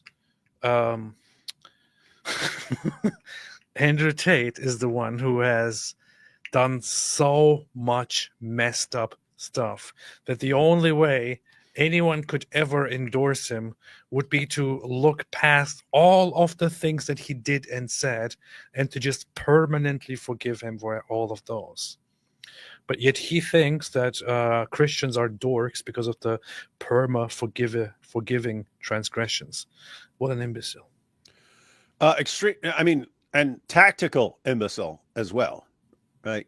I mean, you just had he was just on Benny Johnson's show, and then has what's her face on there, Alina something, Alina Haba or something like this. Yeah. So, and they're, oh, you're so great. Oh my goodness, you're the greatest man who ever lived. Blah blah blah blah. And they've been getting blasted right now, which calls into question whether he will be able to be on shows like that anymore. If people know they're just going to get blasted by their own fans afterwards. And the intelligent way for him to react would be the way that people on the side of those shows tried to defend themselves. Oh, come on, guys. People change over time. He should have leaned into that and said, guys, yes, I know I've done some things in the past, but I'm trying to change. I mean, can't you Christians be on board with someone trying to change it? We would know, people who follow his stuff, we would know that that's a grift. But the smartest thing that he could have possibly done in order to continue his grift would have been to pretend, oh, but I've changed. I mean, you seriously going to hold stuff against me in the past that I've turned away from? That's what he should have done. Instead, he starts insulting Christians, insulting women, all this stuff. Smart guy. In opposite world. And he also, Andrew Tate, this is only 2 weeks ago. Mm-hmm. Fact, women are sex workers. Wait, even his mom, even his sister, just women in general, right? And guys, everyone who's watching, your mom, your sister, your wife, your girlfriend, your daughter, whoever, women are all sex workers. By the way, this isn't new. I've seen him post this in the past. Matter of fact, there's one of his old posts where he said, every woman has her price. Every woman has her price. It may be a low price, maybe a very high price, but every woman you can buy like a prostitute. I don't know what this is about, but I just saw the Babylon Bee posting 12 alpha male tips for getting tons of women. I really wonder what this is about. Probably funny, man. Click on it. No. So Andrew Tate said, fact, women are sex workers. This includes all women, by the way, your mama and all the others. Women are sex workers. Their primary job now is to find one customer called a boyfriend to pay for their entire lives in return for pussy. If they fail at this, they do OnlyFans or porn. The same game with more than one customer. If they're ugly, they work a job badly and are miserable. Now, here's the funny thing. Now, first off, if you are somebody like Andrew Tate, who only surrounds himself with women that he turns into porn actresses, and then also has sex with them and makes kids with them, which is very funny. then of course what you will think is purpose. that what you will think is then that women are all together sex workers. But the other thing that is also funny is that this guy describes all women as either prostitutes or porn stars or whores or horrible workers who do a terrible job. On the other hand, he goes on with Alina Habba, and she starts flirting with him. Hey, I'm such a big fan of yours. Yeah, and she he probably goes and says, "Yeah, I'm a big fan of you too." Yeah, and totally. this would have Benny Johnson. This would have been a perfect opportunity to say, "Hey, glad I got you guys together to discuss this tweet." So, Andrew, you just posted a fact: women are sex workers. Explain that to Alina. And apparently, she'd have been like, "Well, I get guilty as charged, I guess, because I can't disagree with you." Man. Terrible stuff. Yeah, and it's crazy. So that's the only thing about a woman any guy could be interested in. That's the only sort of asset that women. It's not, hey, this is my companion. This is going to be the mother of my children. She's actually part of my children. Like, we combine to produce these future offspring and so on, and together make a family that makes that has, we have you that family continues for generations and so on. Like, together we're building the future and so on. Nope, it's just the JJ. It's all the buying the JJ from her. A computer. But if your girl won't wave her titties at a computer, when you're not with her, she's touching her pussy in front of a laptop anyway. If that girl won't do it for you to help change both your lives, that's a good test. Get rid of her straight away. PhD test. This is what Tristan Tate and Andrew Tate are teaching people. If you have a girl and your girl will not go online and do sex work for you to make you money, then you should get rid of her. Not a good girl. Not a good girl. Got to get rid of her. Then you should get rid of her. This is what they're teaching. I'm not going to play the rest of the video because this is not an Andrew Tate live stream, and they happen to have like really, really messed up language. We should have an Andrew. Matter of fact, later this week we're going to have an Andrew Tate live stream because we've had a bunch of people responding to Andrew Tate and Andrew Tate scrambling to defend himself. We need to do some Andrew Tate stuff later this week. But this is this kind of stuff that they have been suggesting men forever. Get a good girl, and put her online, make her take off her clothes, and let her make money for you. Yeah. If she's not doing it, then get rid of her. Wait, you got to combine that with other stuff they said. And while she's showing everyone her boobies, you're on the keyboard typing to the guy, "Oh, you're so big and strong. Oh, I love your pee-pee. Oh, it's so good." That's what these guys were. The guys were not exaggerating. That's what these guys were doing. They were the ones who were texting the guys back and forth, pretending to be the girls. But they're actually the ones talking dirty to the guy, getting him off. Those are your super masculine, definitely not gay, top G's. I know, I saw that too. People are funny that way. Oh man, Muhammad, right? And inconsistent. And somebody may say, okay, so the Quran. And the illiterate prophet, Muhammad, right? And, inconsistencies in the book that was written, not like the Bible where you're kind of going through it and it's a Old Testament, New Testament. I kind of feel like, okay, when I'm going through a letter together to expose the list, I'm kind of feeling, he's giving his testimony, he's giving it. Maybe there's a little bit of differences, but for the I'm feeling the vibe here. Most part, I can see how their point of view while they're walking with Jesus, they see this. Okay. Why do you think the religion, 610, 632, Common Era, Quran is done, from 632 to today, why do you think it's become the fastest growing religion in the world? And now they have, I don't know what the number is, 1.5 billion. How did it happen? Maybe I'm 1.4 billion. We know exactly how it happened. Somewhere around Patrick. there. How did it happen, man? Patrick, this is no great mystery. All you just said, fastest growing religion. All you have to do is look up the source, the Pew Research poll from many years ago, which said that Islam is the fastest growing religion, and they tell you Exactly why. It's in there. Here's why it is growing rapidly. And the reason is that Muslims have the highest birth rates wherever they go. If it's in the Middle East, Muslims have the highest birth rates. If it's in Africa, Muslims have the highest birth rates. If it's in the UK, Muslims have the highest birth rates. Their birth rates differ depending on where it is, but they always have the highest birth rates. And so that's one. It's because of birth rates. It's not because of mass. It's not because so many people are converting to it. No. Birth rates. But second, when you actually look into why they have the highest birth rates, it's because of the way Islam treats women. Women in Muslim areas and Muslim communities and so on have significantly fewer opportunities than non-Muslim women. In other words, the ideal in the West is at the very least your girl goes to school and so on. She goes to school for a while. She might have a career. She might go on to college and so on.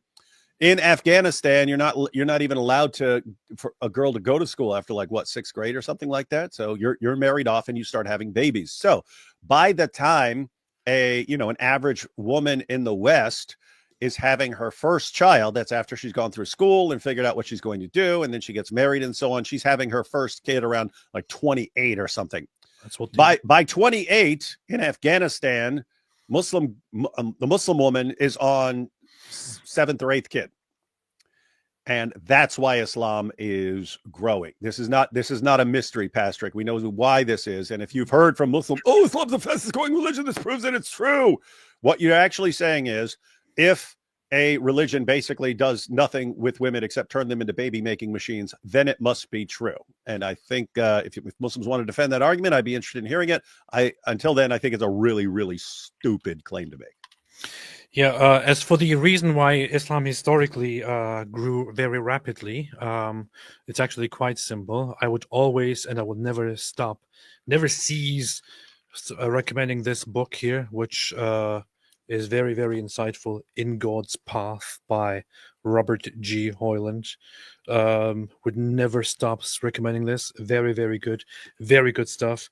The Arab conquest and the creation of an Islamic empire. He goes very much in detail, in depth, into the early spread of Islam, and explains that Islam found it was a great opportunity. Islam found a great vacuum when it just started growing in Arabia, as the Eastern Roman Empire and the Persian Empire bordering the Arab tribes were incredibly weak and destabilized. The Arab tribes began invading brutally and started taking over. Initially, it wasn't even about spreading Islam. It was just about conquering as much territory and looting as much as possible. And with these aggressive attitudes, later on centralizing it all, taking it all under one authority, which would be the Islamic Caliphate, it began a massive campaign of expansion. And this continued very much. It was always part of Islam, always a fundamental part of Islam, to conquer and to spread the religion by will or by force. On this path, Islam expanded brutally and rapidly from the first moment that it arose. That's the reason why it spread so rapidly. And of course, the birth rate aspect is another part. That's basically Islam for you. It didn't spread by preaching and people being like, wow, this is an awesome new religion, man. I love this stuff. I'm going to tell all my friends and my parents about this wonderful religion. That's not how it went. That's not how it went at all. They had the sword to their necks and they were like, okay, man, okay, take whatever you want. 1.9 billion. Why do you think it's grown exponentially, that at this point they're saying in the next 30 years it's going to be the biggest religion in the world, and some even say where 30% of House or Senate in America could be run by Muslims? Why do you think it's grown so big? Yeah, I mean, I don't know if I have an exact prognosis. I mean, Islam is a very different religion than something like Christianity in that it has a socio-political component to it that Christianity doesn't, in that it is a political religious system. And it was designed that way from its beginning, in that Muhammad if once again we're assuming that the traditional Islamic sources are correct, he was a warlord. And so shut down the podcast, Patrick. Shut it down. How could you say this? We've seen what happens when someone calls Muhammad a warlord. How could you get in say trouble this? for that? You can't call him a warlord. Jordan Peterson many years ago called Muhammad a warlord and was eventually compelled to apologize for that. Don't you know what happened to Jordan Peterson? Do you not know what happened to Jordan Peterson? Do you not know what happened to Jordan Peterson? Do you not know? Do you not know what happened to Jordan Peterson? Number two, for me, and again, this may be a consequence of my ignorance, which I'm trying to rectify, Muhammad was a warlord. What? And I don't know what to do with that. About that. I don't know what to do about that. One thing you can say about Christ, hypothetically, let's say, I'm not talking about a historical reality necessarily, although I'm not denying it either, is that of all the things he was, warlord was definitely not one of them. Funny. and of all the things he was, child molester definitely wasn't one of them either, unlike with Muhammad. The funny thing is that later he was confronted about this and he was like, well, okay, maybe I shouldn't have said that. But then he was confronted about Islam by none other than Mohammed Hijab, who then tried to convert him to Islam by convincing him how awesome Islam is. And then the result of that... And by reciting the Quran in Arabic, which they always think is like magic, like you're going to hear this... And you're going to be like, that has to be from God, eh? That has to be from God. So, oh my goodness. AP, it's funny because they were trying to win. They were trying to win people like Jordan Peterson when they were looking for like a big name convert. Didn't work. What they got was Andrew Tate and Sneeko.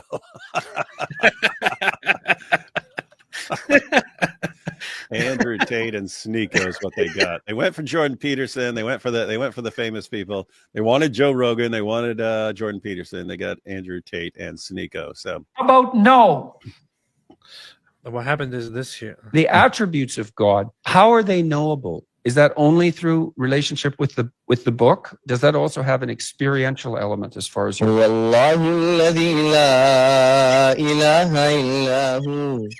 عالم الغيب والشهادة هو الرحمن الرحيم سبحان الله. Why approach the answer to my question in that manner? My question exactly.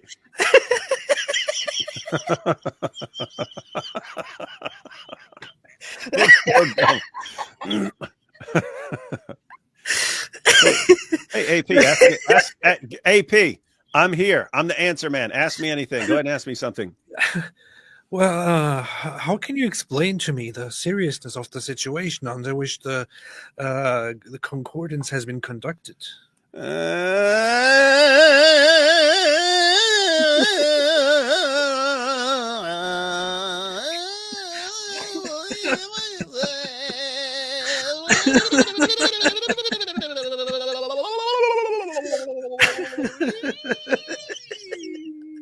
But his response is just amazing. Why approach the answer to my question in that manner?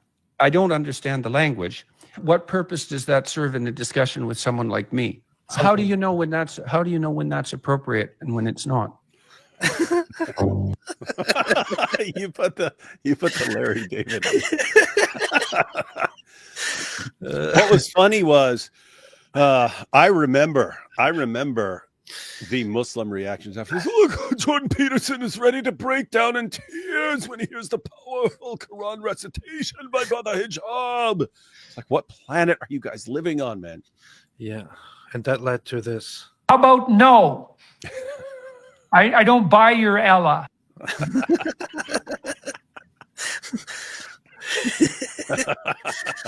Oh boy. Thank you, Hijab. You've created all the enemies in the world.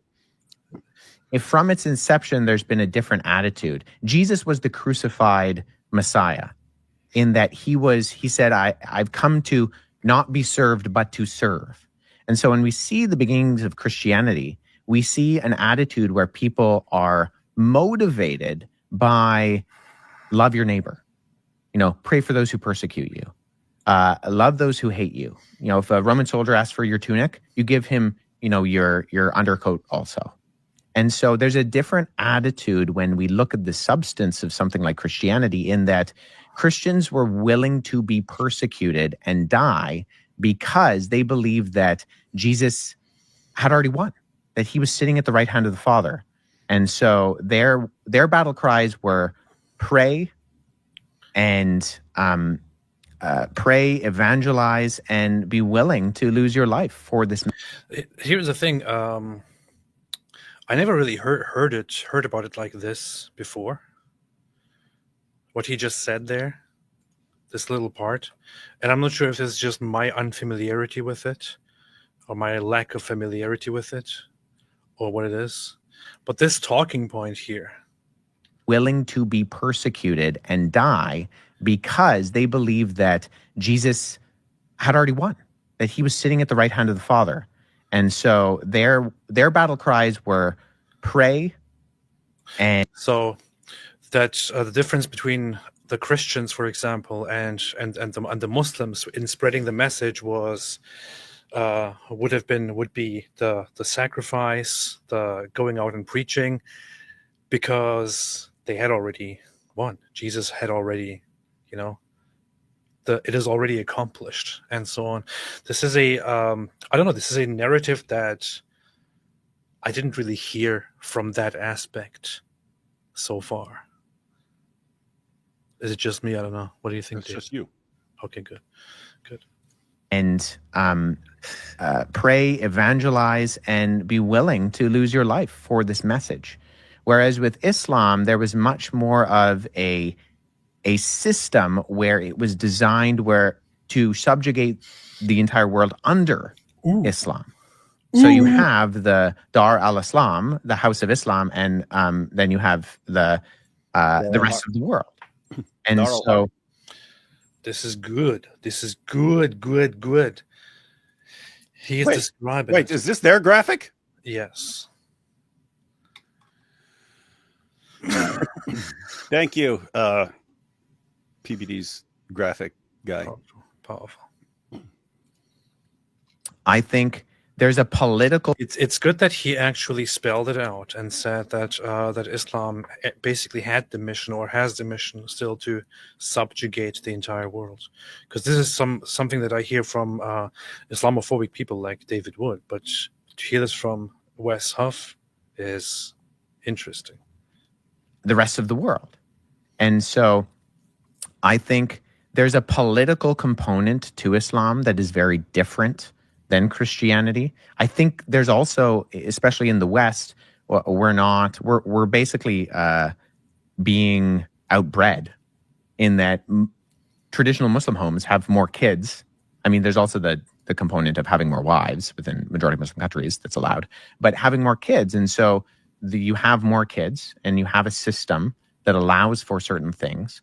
And so that's going to grow faster than a society which is dissuading families from growing, is maybe even demonizing the growth of a household for various reasons, whether that be political or environmental or otherwise.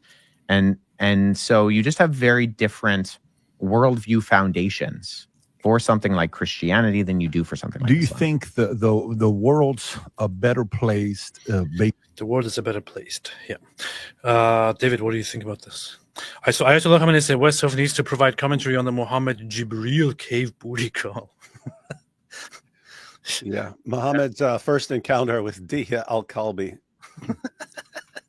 He didn't realize what it really was. It's, hey, I just came in here to pray, and then Diya came up behind me and choked me and said, hey, I came in here for something else.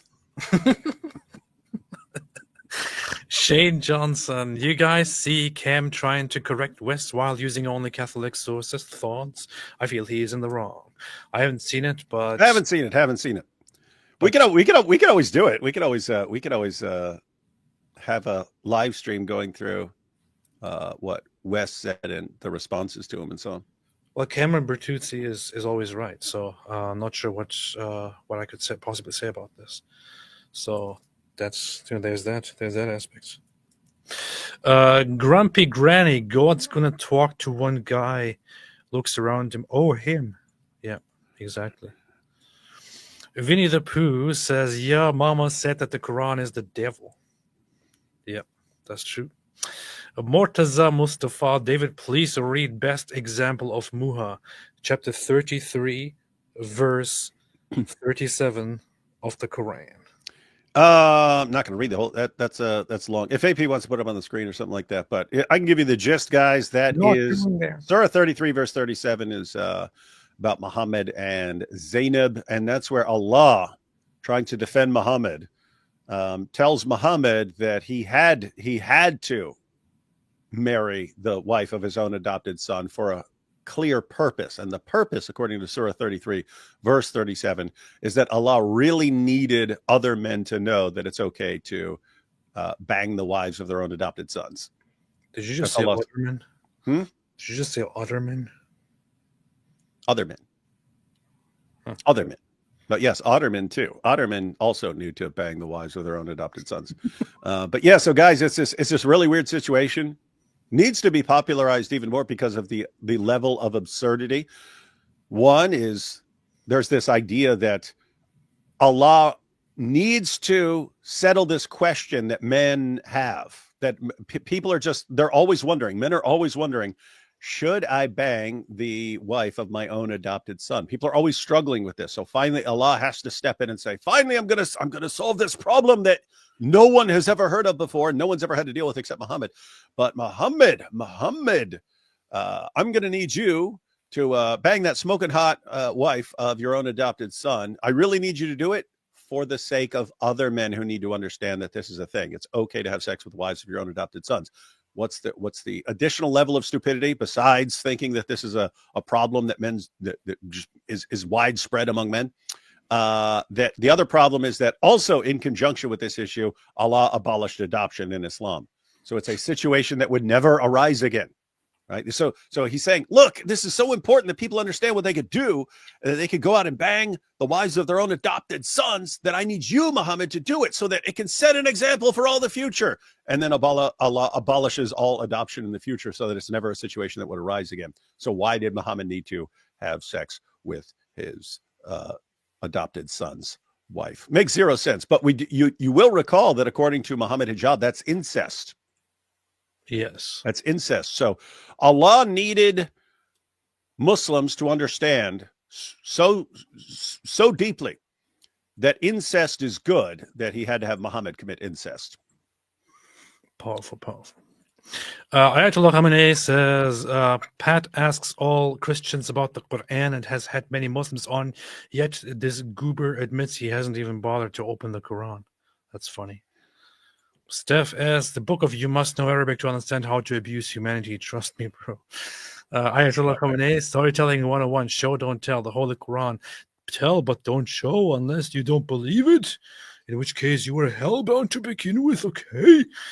T33, Allah's Harry Potter School, teaches humans magic just to punish them. I don't think at why nobody brings that up. This is good. It is actually good.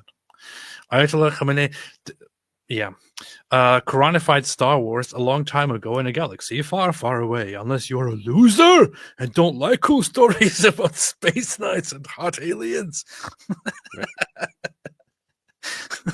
This accurately reflects the mood of the Quran. It does. Keith Gardick says, gentlemen, could one of you kindly change your chat ID to ruler of Australia? Hopefully you will get the joke. What's the joke? Don't know. The only phrase I know that from is from Superman 2, where General Zod says, Lex Luthor, ruler of Australia, activate the machine. But I don't know what this person's referring to. I've never watched any of that, so I don't know. Based on one faith or you weren't born yet. When you're speaking with Muslims, there is a pride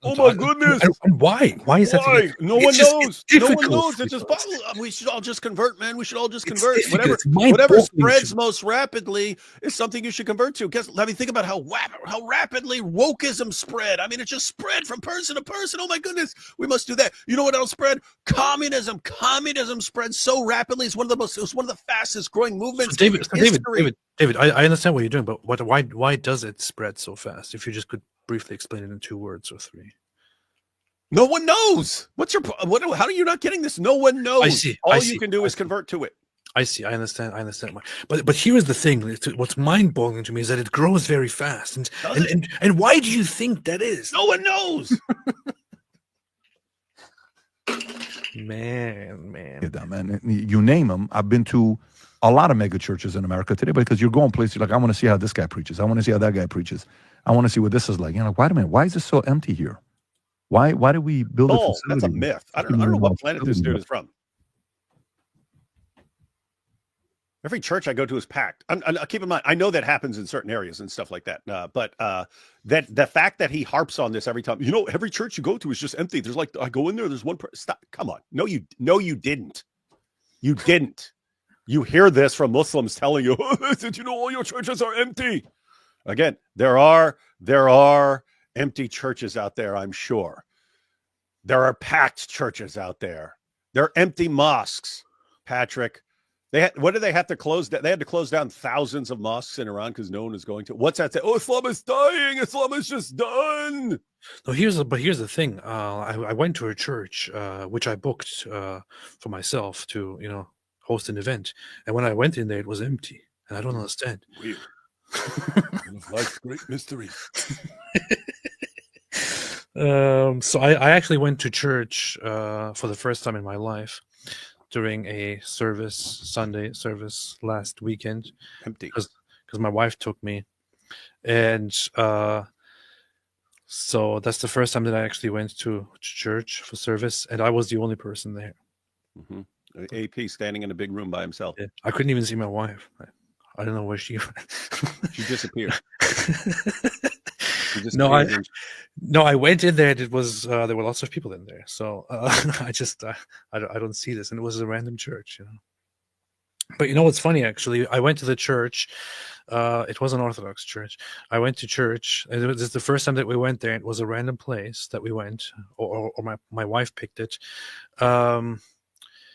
What's funny though, the priest of the church, the father, he later on sent a message to my wife, who before that got in touch and said that he was a little bit surprised because he had seen my videos online before.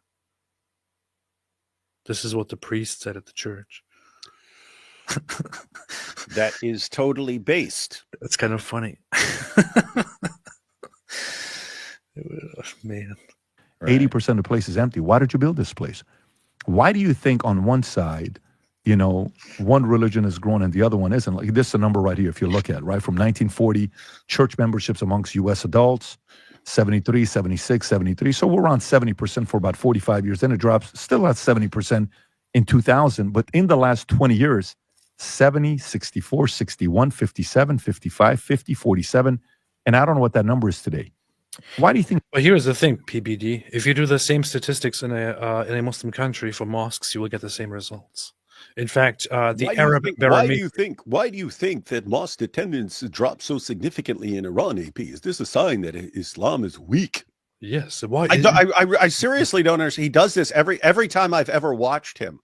It's why is Islam so strong and based and manly and stuff? And it's so strong. It looks like it's going to take over the world. Why is this? What are we going to? Isn't this interesting? Isn't this? And we can't figure this out. When it takes you 2 minutes to look up why to look up. Again, all you have to do is search for the actual study that said Islam was the fastest growing religion. They said it. They said exactly why it is. High birth rates. We know why they have high birth rates, low opportunities for women. So what you're saying is, look at how we treat women. We treat them like baby making machines. Therefore, what? Therefore, Islam is true? What are you saying? Oh my goodness, fallen Moscowers in Iran now highly alarming. This is a proof. See. Hey, you know what's booming in Iran? Underground church. Oh, what? Why? Why is the church booming? Why is the underground church booming in Iran? What the mosques are empty. What are we gonna do? What should we do about this? Underground church sounds kind of based though. It is. It sounds based. Underground church. Church underground. That'd be a cool name. That'd be a cool name for a YouTube channel. Church underground. Church underground. This is happening. So I think we do need to be careful with the statistics because we used to live in a culture that was much more culturally Christian than it is today. And sometimes I look at these numbers and I often wonder, okay, yes, you see this kind of downward trajectory, but I wonder... The trajectory continues as it is. If the trajectory continues as it is. I mean, in Canada, in not that long ago, only a few decades ago, you had something like the Lord's Day Act, where you were not allowed to have a business open on Sunday because it was the Lord's Day. Mm-hmm. And there was just more of a cultural zeitgeist that was not necessarily... Zeitgeist. It was the day of the Lord. What? Don't what me. But I think... Christian it was Christian out of convenience, not Christian out of conviction. And so I think a lot of people used to go to church because... Is PBD always like this? Like just putting a bunch of text on the screen? Like who wants to look at freaking... Yeah, I've never... doing a conversation. He didn't do... I've probably watched like, I guess two or three of his discussions or something like that, but I don't recall this like being this super annoying. I don't recall this super annoying habit of just putting random things up on the screen as someone's talking. So weird. Maybe they were just following along in the society and that's just part of what you did. And the culture shifted, and now the culture is not saying that going to church is necessarily something that you should do or need to do. And so I'm always curious as to how many of these people who used to, fill out the little tick box and say, I'm a Christian, I go to church on Sunday, how many of them were doing so because it was just par for the course for their culture, and the culture shifted and they weren't really necessarily convictionally Christian then, and they were following the stream of the flow of the culture, and the stream of the flow shifted.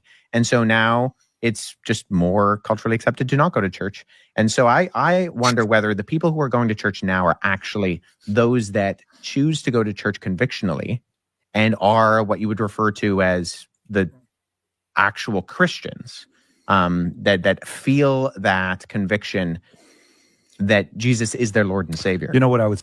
So that's the point, David. See? You've been finished. You've been humiliated. Haven't he been humiliated?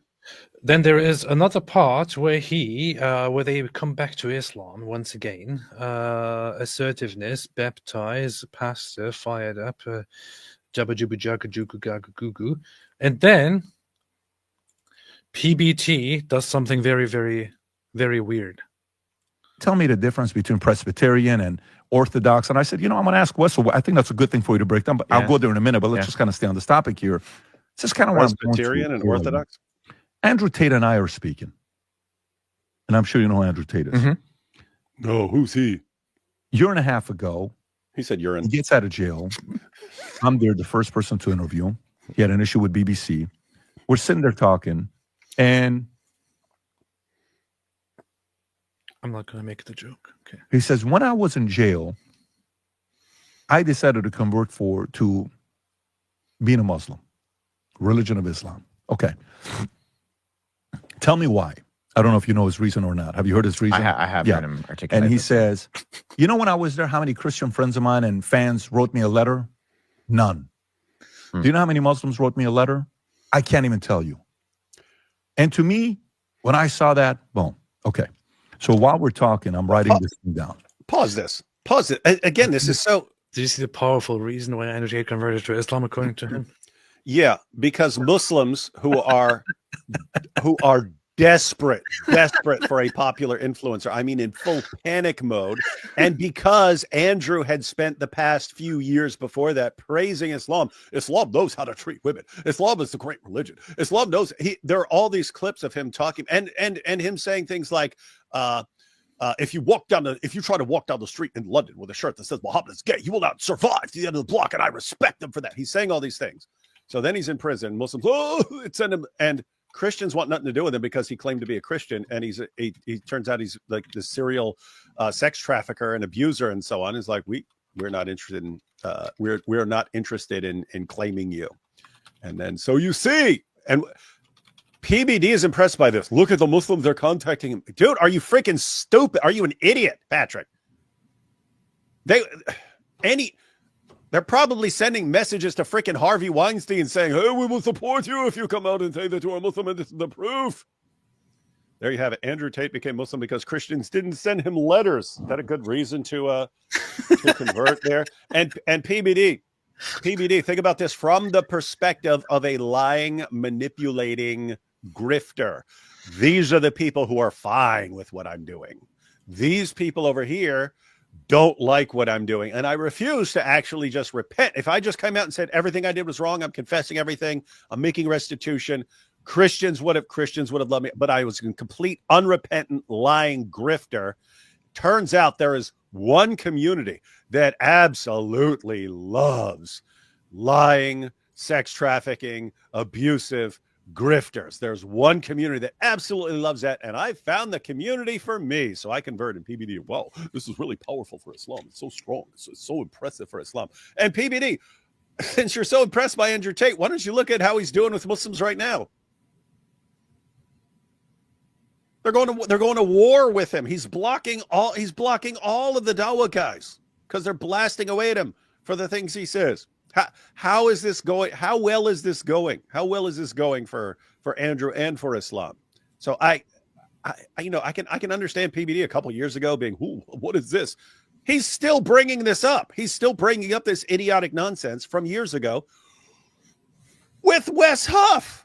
Hey, Wes, what about Andrew Tate and what about his prison state? I don't know. Do you think he's one of the guys getting paid? I don't know. You know what the funny thing is?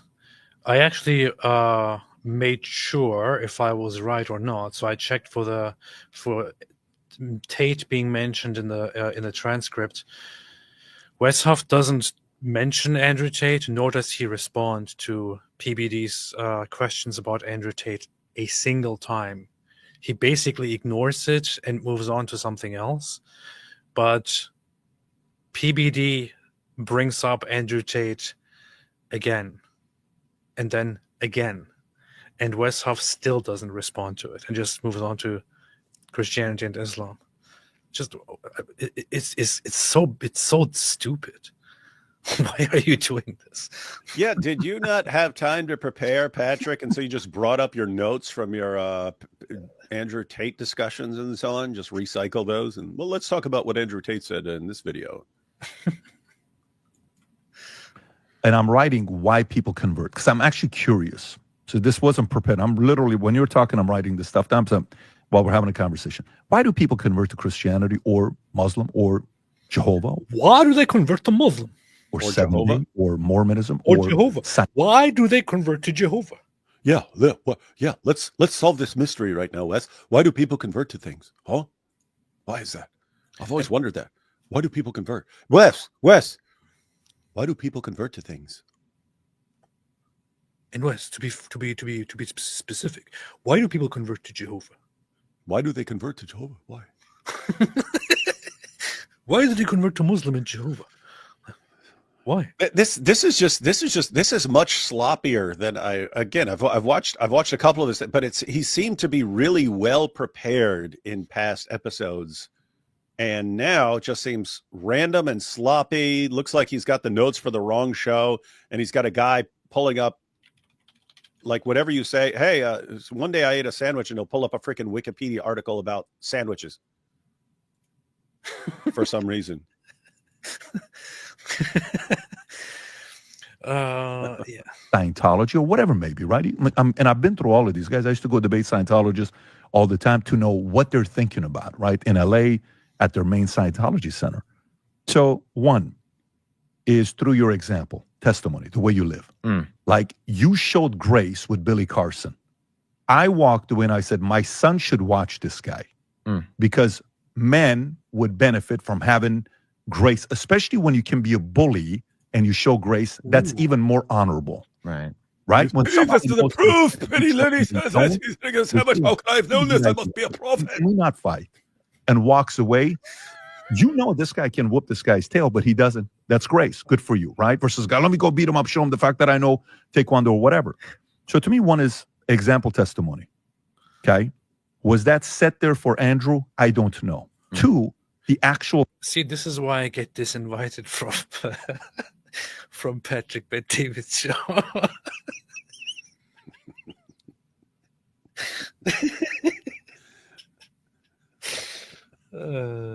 For those who don't know, a long time ago, I was actually invited to Patrick Bet-David's show to talk about religion, talk about Islam versus other things, and so on. And one day before I was supposed to appear there, I got a message saying, actually, we have to postpone this to some other time, and we will let you know when. And it's kind of funny because I thought that's a very odd way to handle things.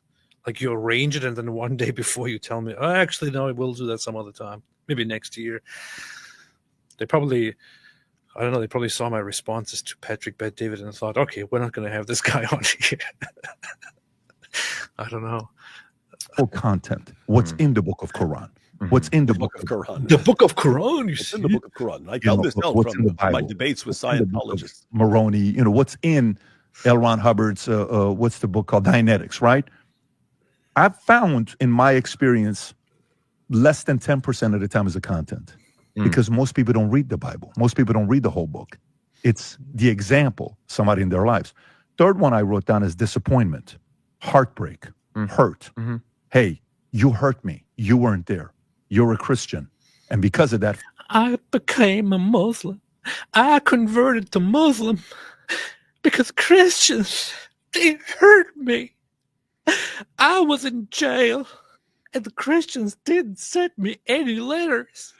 After I spent years talking about how weak and pathetic Christianity is and how they don't know how to treat women like women need to be treated, and I praised Islam for being great, for how it just keeps women in check and puts them in their place, and how you could just beat the crap out of women, and I love it, and it's so strong and powerful, and I just talk about how I want to continue trafficking these girls and so on. And I found out that Islam is the only religion, and then Christians, they don't want anything to do with me. They don't want me representing them. So I'll show you. I'll convert to Islam. Christians, they don't like my PBD. Wow, this is very powerful. How can I analyze this? It's because Christians don't accept me as a sex trafficker and rapist. Muslims do. This is why Islam is true. For the rest of my life, I'm going to be against you. Maybe Billy Carson. I don't know. I'm not trying to psychoanalyze. I'm just kind of watching maybe for myself, for yourself, for everybody. You had a great example. Anyway, the rest of this seems kind of garbage. Wes Huff made good points about Islam, and Islam has been destroyed hereby. Ayatollah Khamenei, Quranified Godfather. I will make him an offer he can't refuse, unless, in which case he refuses, then I never wanted to make him an offer to begin with. Jimmy McConnell, there's videos of William Wallace talking about the Jews. He said they start all wars, you see. Is that recent or is it only from the past? I know that he said that a while ago. Or he said things like that a while ago. I don't know. William Wallace. Did he recently go on a show and say that again? I don't know. No, talking about the old videos of it. Okay, good. Steve McLovin said, wouldn't Dhul-Qarnain be Moses? The Vulgate mistranslated his face as horned instead of radiant in Exodus 34. Why would Jews ask about Alexander? Maybe because they wanted to make fun of him, or maybe because they wanted to test him. Maybe because others actually asked him and the narrations never got it right. I don't know. Robin Hood. I heard Robert Sentinel Apologetics got tossed from a chat room for saying Allah was a fanboy of Christian apocrypha. Yeah, pretty funny. I don't know why. Why would they toss him from that? Yeah, it's true. He was a fanboy. K. Caboose, Wikipedia refers to that too. That's true. That's true. And so Wikipedia is a very interesting thing because just randomly put it up on the screen every 5 seconds. On Wikipedia, you can actually search up information nowadays that is about Wikipedia and all that. And all of that is very important. Speaking of Wikipedia, like here you can, for example, see here we have an article on Wikipedia about Wikipedia. Not sure why I'm putting this on the screen, but apparently that's very engaging and all that. So, K. Caboose, guys, some say Dhul-Qarnayn might be referring to Cyrus the Great and the Yagug-Magug, maybe his battles, skirmishes with the Scythians of the northeast. Of course, there's not sure way to say. Yes, we know. When you say some say, we know some say. We know why they say it. Because they say it because Alexander the Great, who was called Dhul-Qarnayn because he went around wearing the 2 horn things for him to claim to be the son of a god. It got pointed out to Muslims this guy was thoroughly pagan, and so they had to say something else. This guy was pagan? That's weird. Yeah, this guy was pagan as pagans can be. So they needed someone else who's not as pagan. So they went with Cyrus. That's why they did it. And so it's some say. We know some say. We're not talking about that. We're talking about what Muhammad is clearly referring to. If you're talking about people in the 7th century Arabia, talking about the story of the guy who went all the way over here and then this, and then he went over here and built a wall, and then he went over here and they found the place. We know exactly where these stories come from. That particular is the glorious deeds of Alexander. That's what they do. That's what they do. Skyscraper philosopher, recommendations for Quran with Christian commentary. Do you know of such things? Well, there's that one. Oh yeah, get that one. There's the Quran with Christian commentary. That's what it's called. So I don't know other ones besides that. So, and then there's also Robert Spencer's book, isn't there? Yeah, that's not like specifically Christian commentary. There is a Quran with Christian commentary. There's just a Quran with the commentary of a Christian. Then you've got Robert Spencer's critical Quran and so on. Powerful.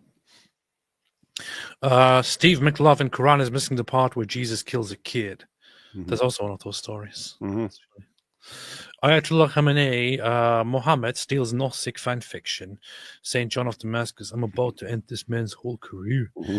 Yep, that's what he did. That's what they do. St. John of Damascus wrote about him and finished him.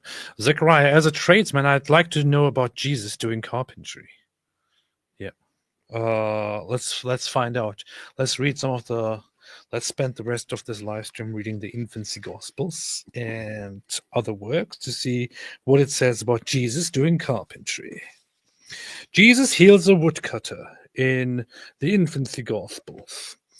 Then a certain young man was splitting wood into equal pieces, but he split the bottom of his foot, bled out, and died. A commotion arose, and Jesus ran there. Forcing his way through the crowd, he seized the stricken foot. It healed immediately. Then he told the young man, "Go split your wood." Then the crowds saw this. They were amazed. For he saved many souls from death, they said, and he will continue to save all the days of his life. These are such weird stories, man. Powerful. Fatwad, it's Disney and George Lucas all over again. Yep, that's true. GoTub, AP, listen to yourself. How could Muhammad adopt false stories if adoption was outlawed? Use your brain. This is powerful. Stefan Thomas, no, if Disney, both would be strong female lead. Yeah, if this were Disney now, yeah. Yeah. Ligameth Guyon, forget about that Gospel of Thomas. What about the Gospel of Tate? Gospel.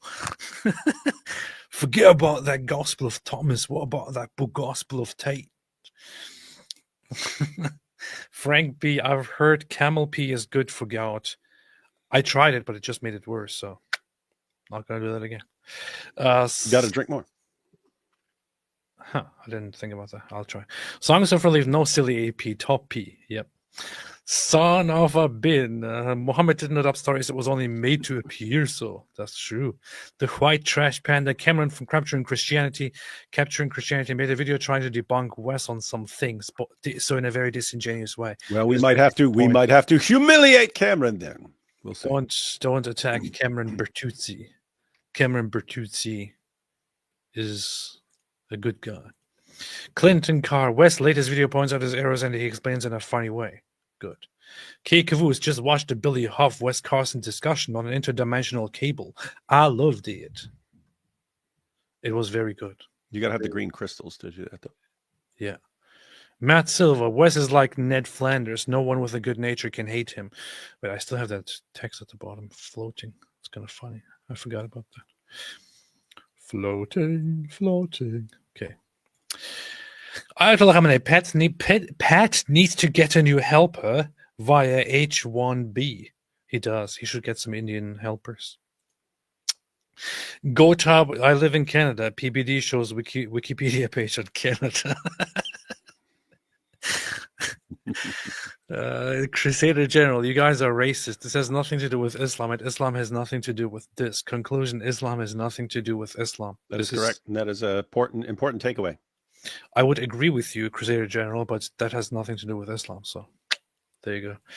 Noel, he made mistakes on a long pod. He even made a video correcting too. Makes me sad to see Christians on the attack. Atheist Muslims love when we feast each other.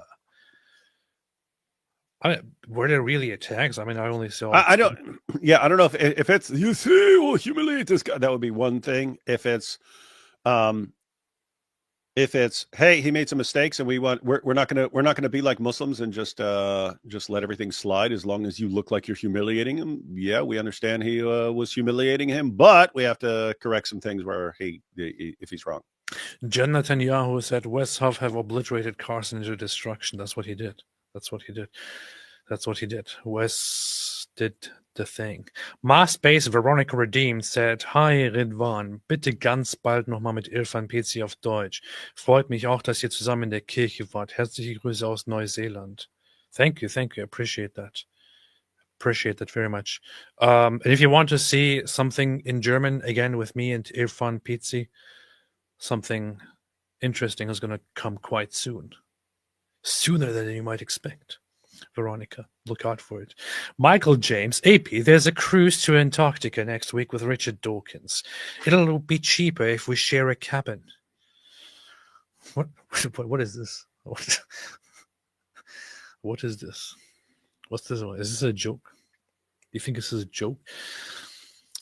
Are these Antarctica dollars? I don't know. Stephen the Pelted, is EM really supporting Tate as UK PM? Any proof? I saw Elon Musk just give a positive reply to Andrew Tate somewhere, which is just I saw that as well. Ridiculous.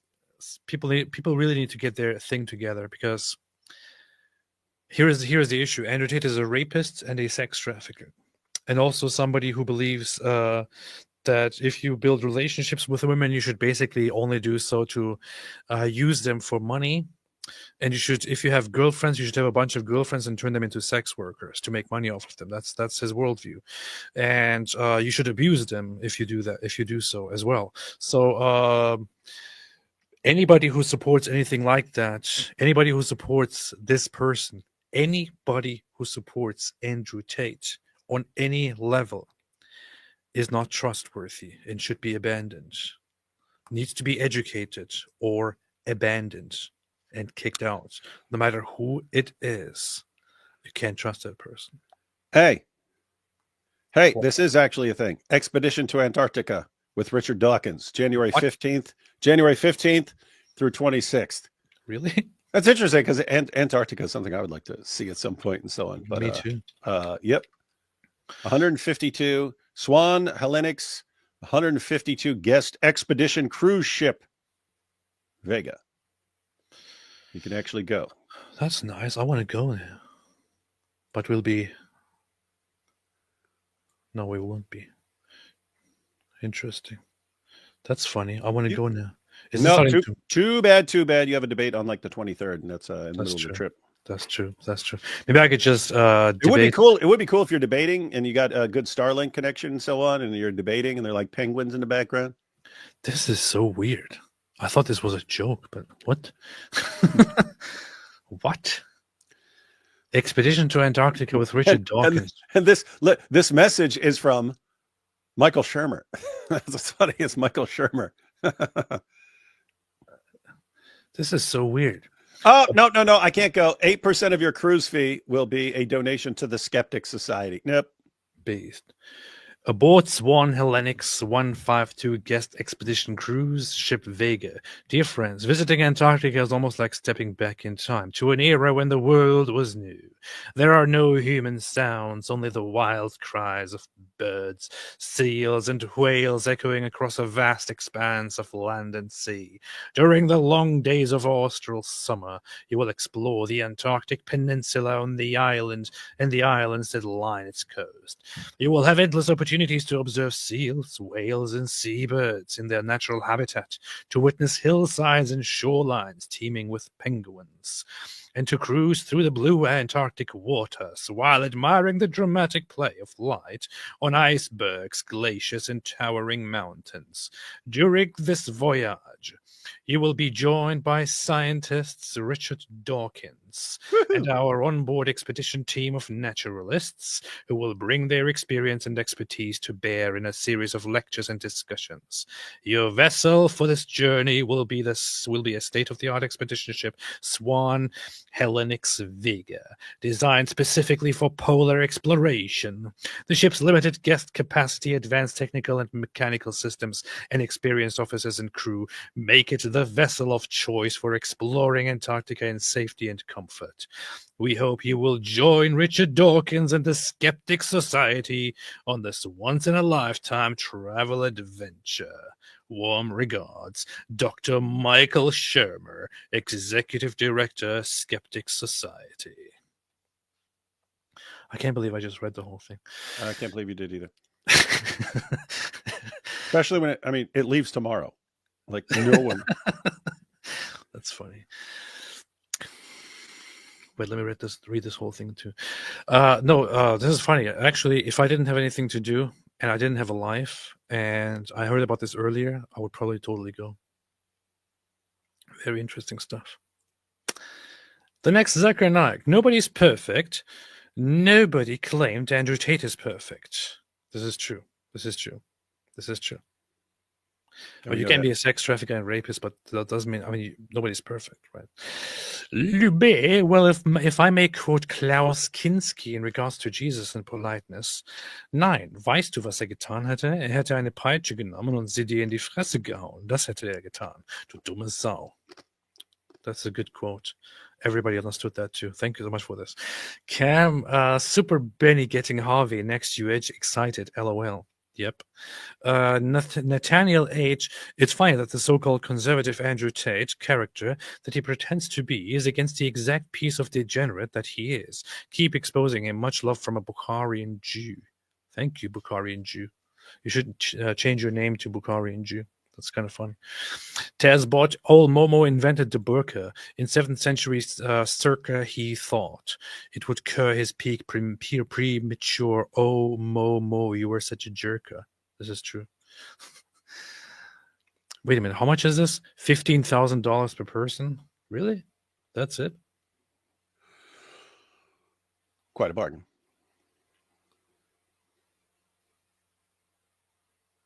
That's it? Wait. Loyalty reward program. I don't see any price here. Itinerary cabin rates, inclusions. Download the complete expedition brochure. Let me see the price here. Let me see the price right here. Let me see the price as if I could go anywhere. Rates. Ocean view staterooms with 2 large oval windows, $11,990. So somewhere between $11,990 and $18,790. Interesting. Cool stuff. To be fair, it's probably a very expensive tour to have. So that's that. Old Momo, they stopped burying their baby girls in the sand. That's what they did. Ayatollah Khamenei, for a polite Canadian, West is beyond based. He is. Kerry Patterson, guys, I meant Alex O is being dishonest, etc. Yes, I think we got that. I think we gathered that. Yeah. Oh, no. When he said Alex O'Connor responded to Wes, I'm not sure what to believe. He seems so dishonest. And so we thought he's talking about Wes. but apparently that person says no. I was talking about Alex being dishonest. I wouldn't know. It again, the thing I saw Alex respond to was Wes. He goes, and it matches up word for word. And as far as I know, it does not match up word for word. So is he,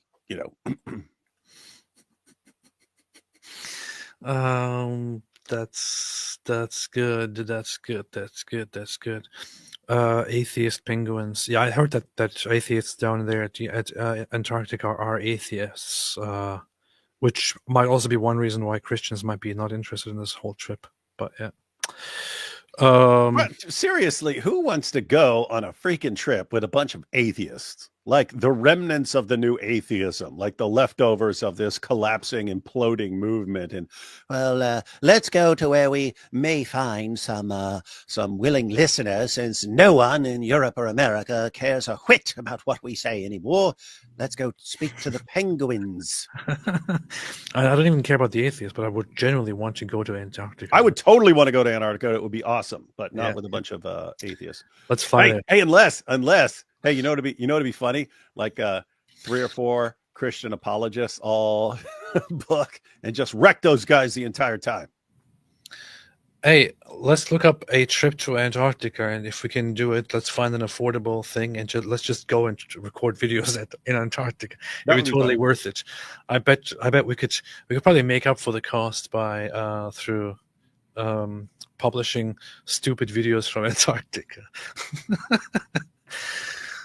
About we could do something about the penguins actually being little women in burqas or something. Yeah, we could have conversations. We could try to convert the penguins to Islam. Whale journey. Wow, they are all very expensive. Interesting stuff.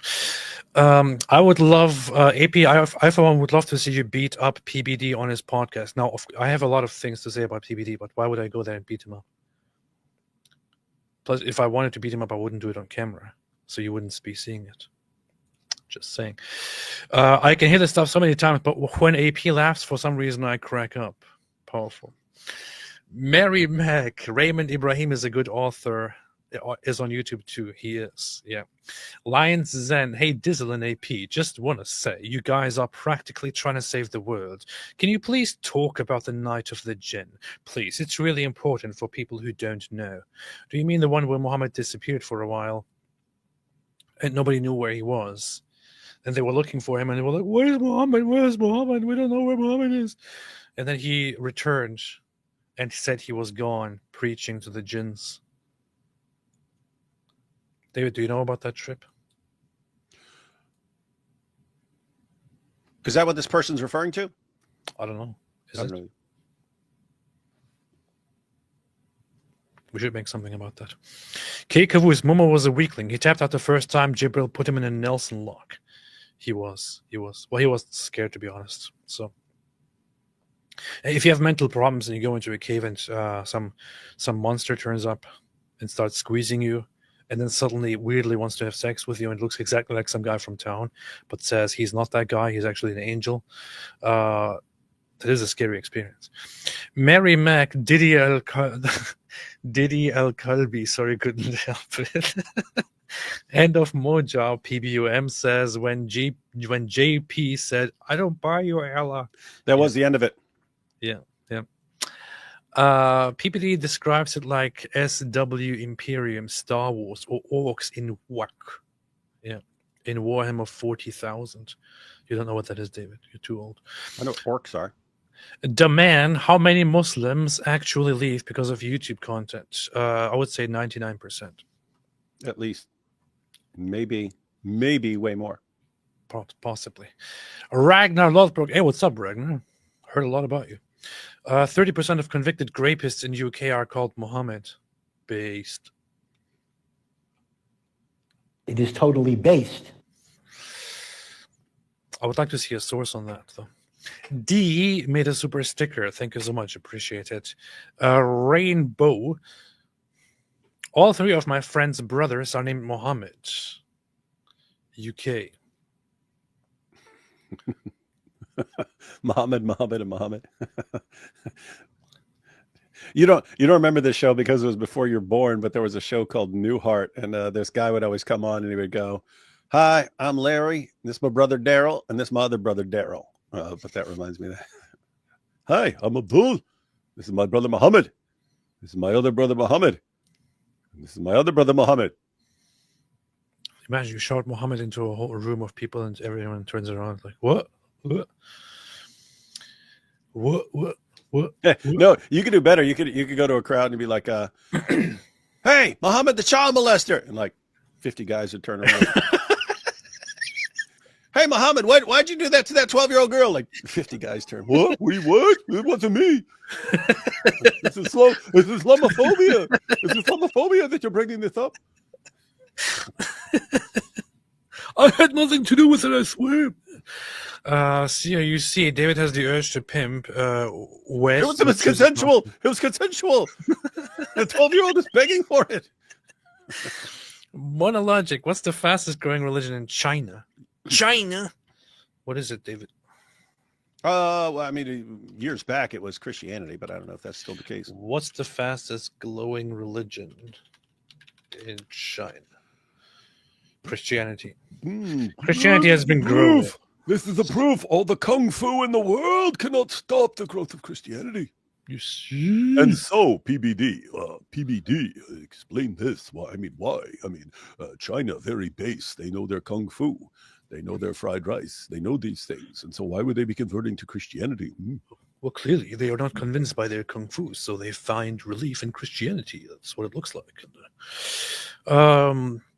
Big Rig says PBD goes to church on Tuesdays. I go to church every Tuesday and it's always empty. RKZ edits Michael Knowles' video, Islam TikToks 620. Is there such a video?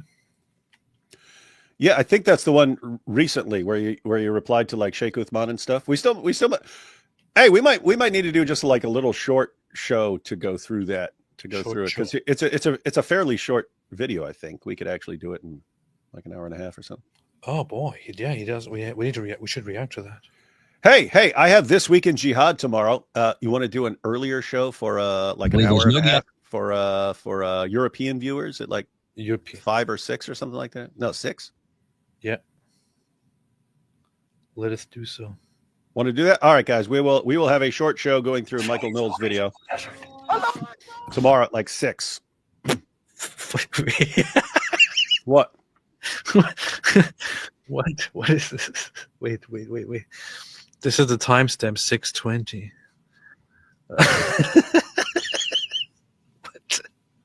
He looks funny to me. I don't know why. He's a funny guy. Muslim desert way of doing things. If you one God way, then the Muslim desert way of doing things is probably not the most conducive to virtue or your own happiness. I will show you the ways of the desert.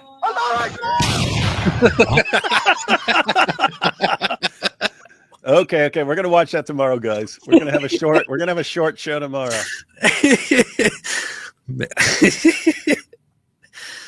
It's very racist.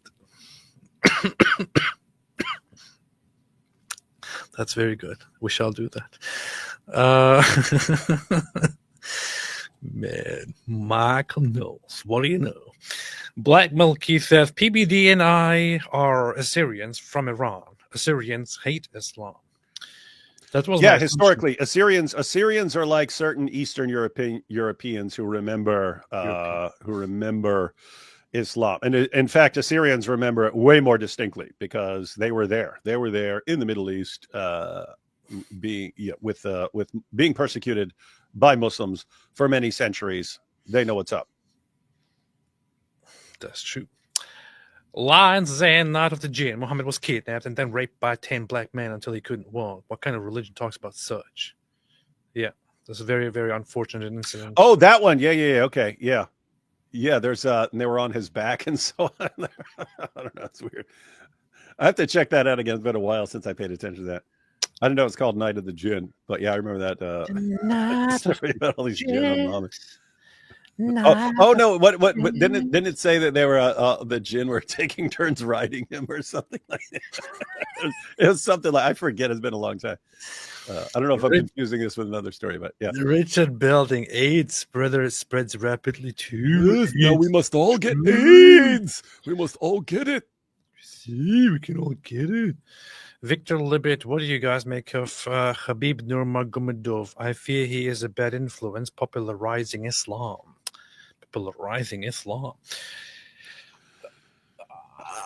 It's similar to like Muhammad Ali and so on. It's if you're going to convert because some retired MMA fighter is a religion.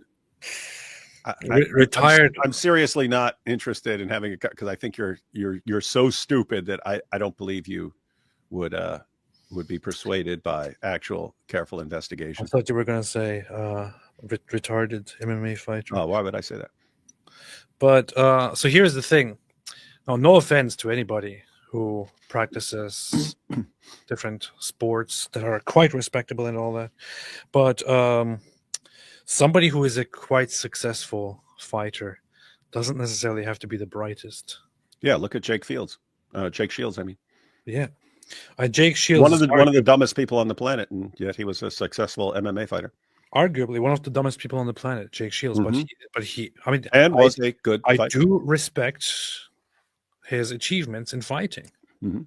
You know, I do respect the fact that he's retarded, but I also do respect the fact that he's a good fighter. So what am I supposed to do with this? Just because he's a good fighter, am I then supposed to respect his success in fighting and then also start adopting his beliefs and start walking around with a Nazi Hakenkreuz and say the Jews are at fault, they need to be killed? I mean,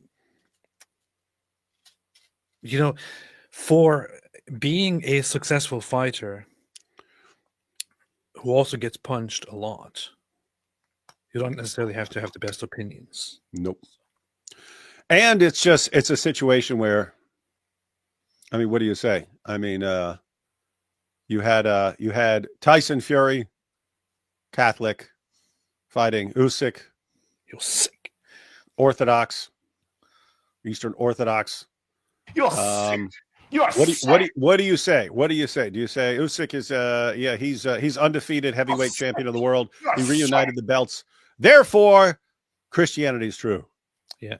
Orthodoxy is true. I'm sure AP's wife would love us to make that argument. Would love a word with that. Yes. That's what they do. Ayatollah Khamenei, every time Tate and PPD meet, BBC is always playing in the background. Powerful. Go to Tate became a Muslim because of the BBC. Yeah, you mean the channel, I know. Songs of relief, Christians get a pen pal, right bottom G in jail. Get a pen pal, eh? Write a letter to Andrew Tate. Cam said so Santa will convert to Islam because he gets letters. That's true. This makes sense. T33, how dare Tate buy his daughter a Christmas present? Yeah, they flipped out because he bought his daughter a Christmas present. Wait, that's funny. If gropers struggle to make money, said Jew from Khaybar. Jew from Khaybar. Yehud from Khaybar says, if gropers struggle to make money, wouldn't it make sense for them to convert to Judaism, given their belief that Jews control all the wealth? That's what Destiny said in his debate with Suleiman. They asked, hey, if you had to convert to something, what would it be? And he said, well, given how apparently Jews control everything in all the world and all the money, I guess I'd convert to that. It's my destiny to convert to Islam.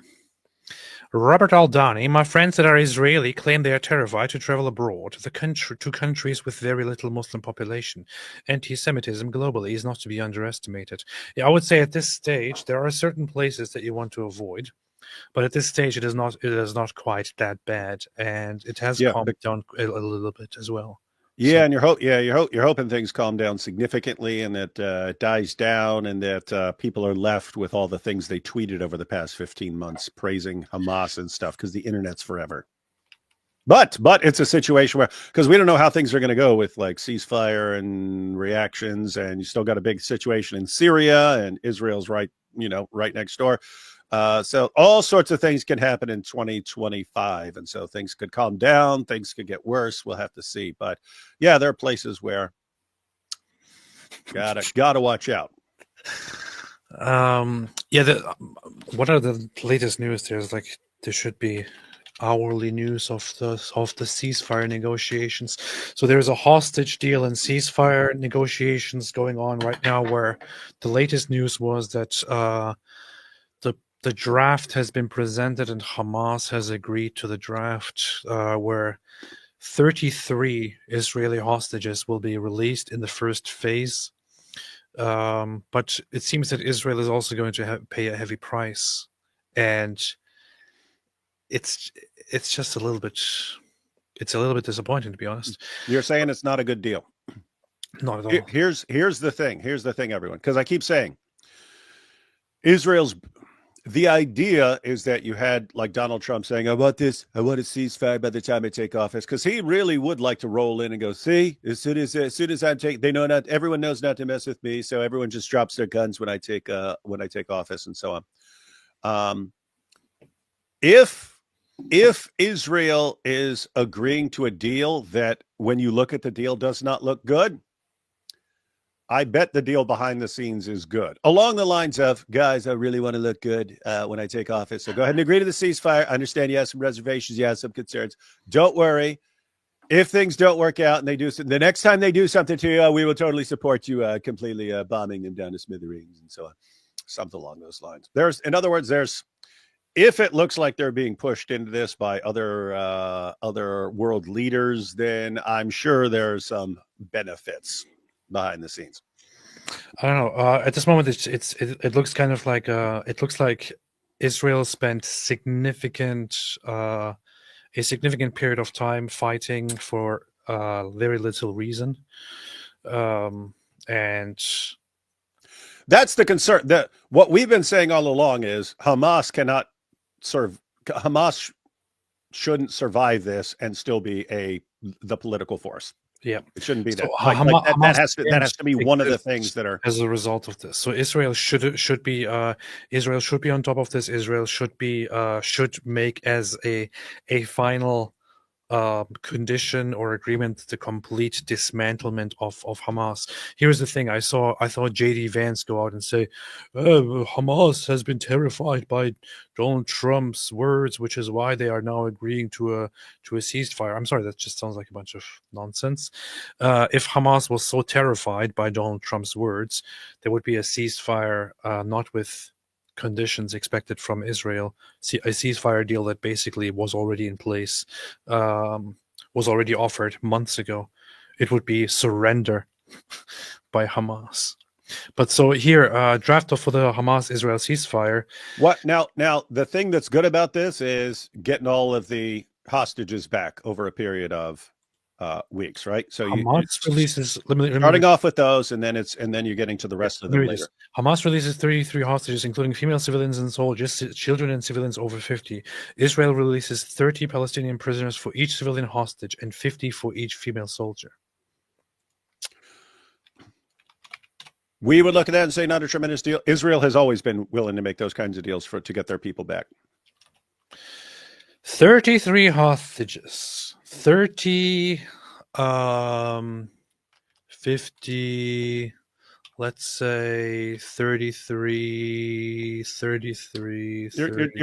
You're talking 1,000. Yeah, over 1,000 Palestinian prisoners will be released in this deal. 33 hostages will be released, and Israel will release over 1,000 prisoners. Halt to fighting. Israeli forces move out of populated areas to the edges of the Gaza Strip. Displaced Palestinians begin returning home. More aid enters the Strip. After 42 days comes the next phase, declaration of sustainable calm.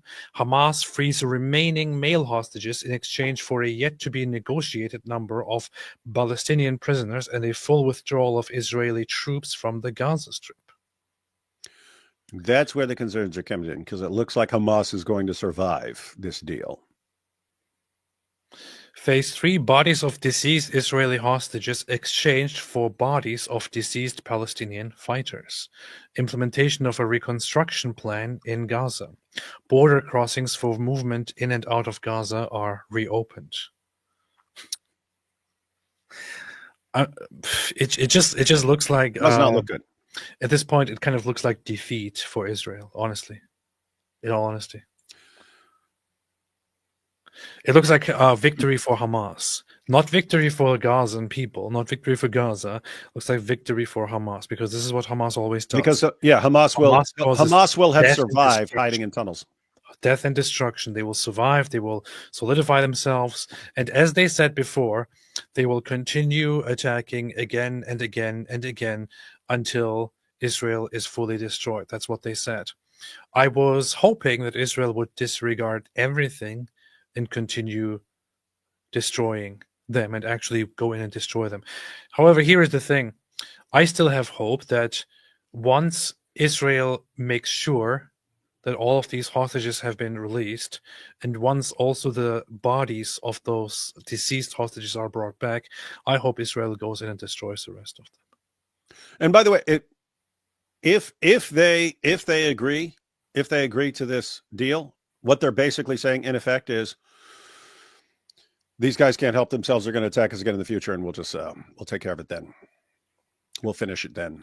Something along those lines. But yeah, this does not look like a great deal. Not at all. And I would say, if it goes, let it be known, neither me nor AP would agree to this deal if we were in charge. If it goes this way, if it goes like this, and if this is the outcome of it, and this is how it will be settled for years to come, I have to say, Donald Trump just bluffed and was a huge disappointment, and Israel should make sure to, in the future, never again listen to anyone when it comes to their dealings with the Palestinians. However, I also don't see how at least the Palestinian side will stick to this. It's almost... I think it's very highly likely that this will be broken at some point, and Israel will just go in and destroy them. Yeah, and so I mean, the good part about this is they're getting the hostages back, and that was one of that was one of two main things. One, you wanted your hostages back. Two, you wanted to make sure Hamas is destroyed. So they're doing something where, okay, at least we get our hostages back. Hamas will not be destroyed. And so the question is why they're agreeing to this. Are they being pressured? Have they just decided, nope, the most important thing we can do right now is get our hostages back. If we want to destroy these guys, they're not going to be able to resist. So we can destroy them later. Don't know. But yeah, it is weird to have kept fighting all this time, hunting down Hamas jihadis.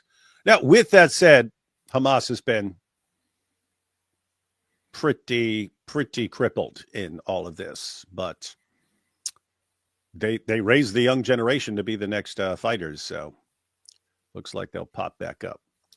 I mean, people want the hostages back as well, so that would be a good thing to see. That's true. No, I mean, as much as we're looking at this deal saying this doesn't look like a great deal, the great part is all the hostages will be released soon. A batch of them here, and then the rest later, and so all the hostages who are still being held, and you've got dozens of them. They'll be back. They'll be back, and they might also have agreements with the Trump administration, and have certain things like, I don't know, guarantees that if Israel agrees to something like this, it will lead to normalization with Saudi Arabia, for example, which would be a huge development for Israel.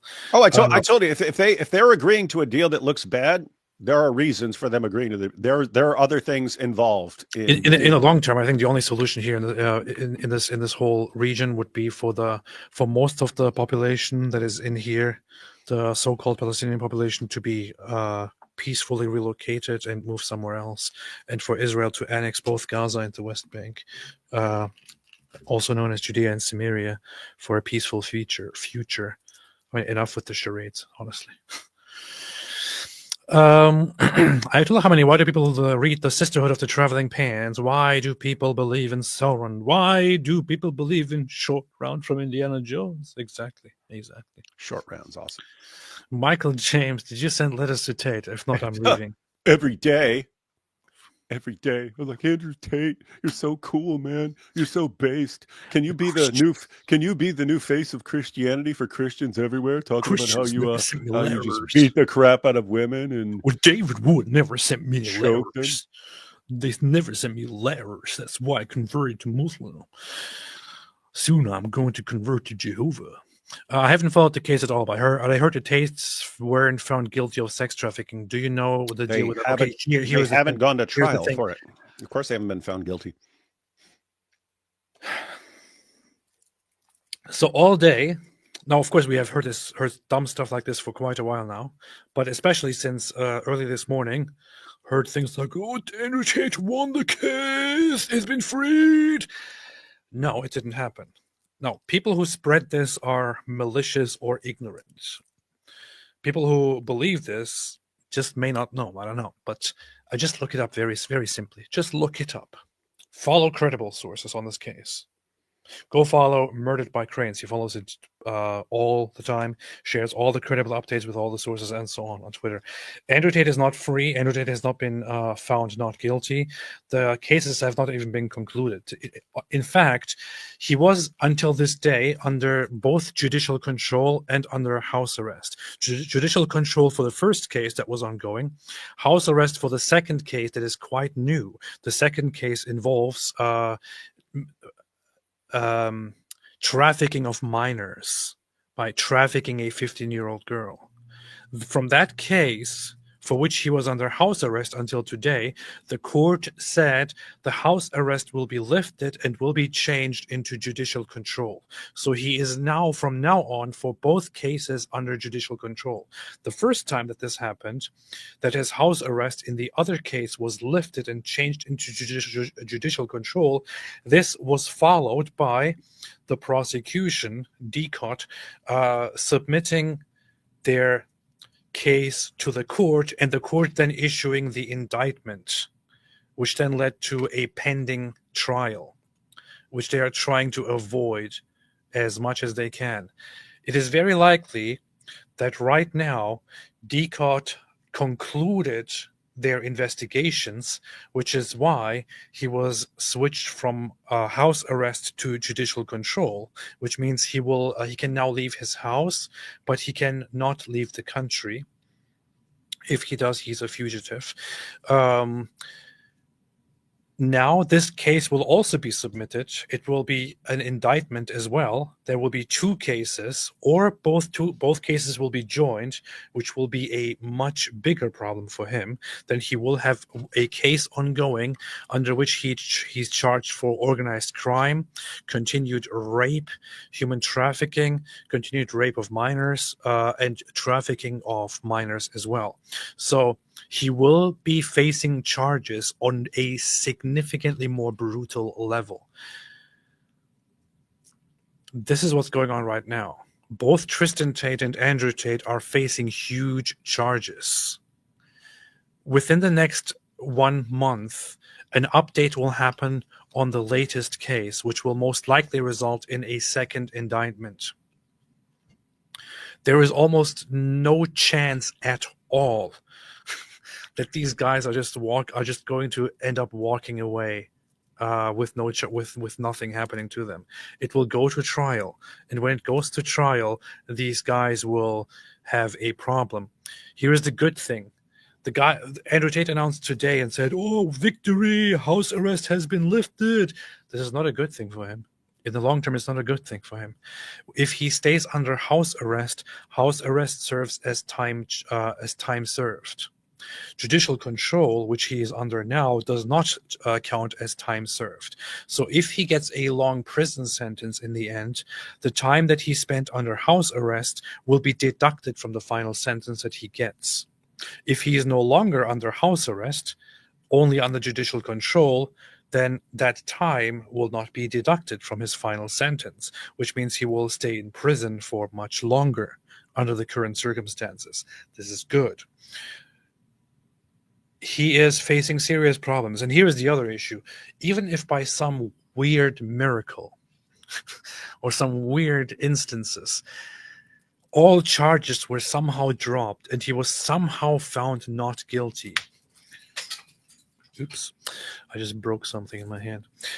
He is still currently facing an extradition order to the United Kingdom, where he's also facing charges for rape.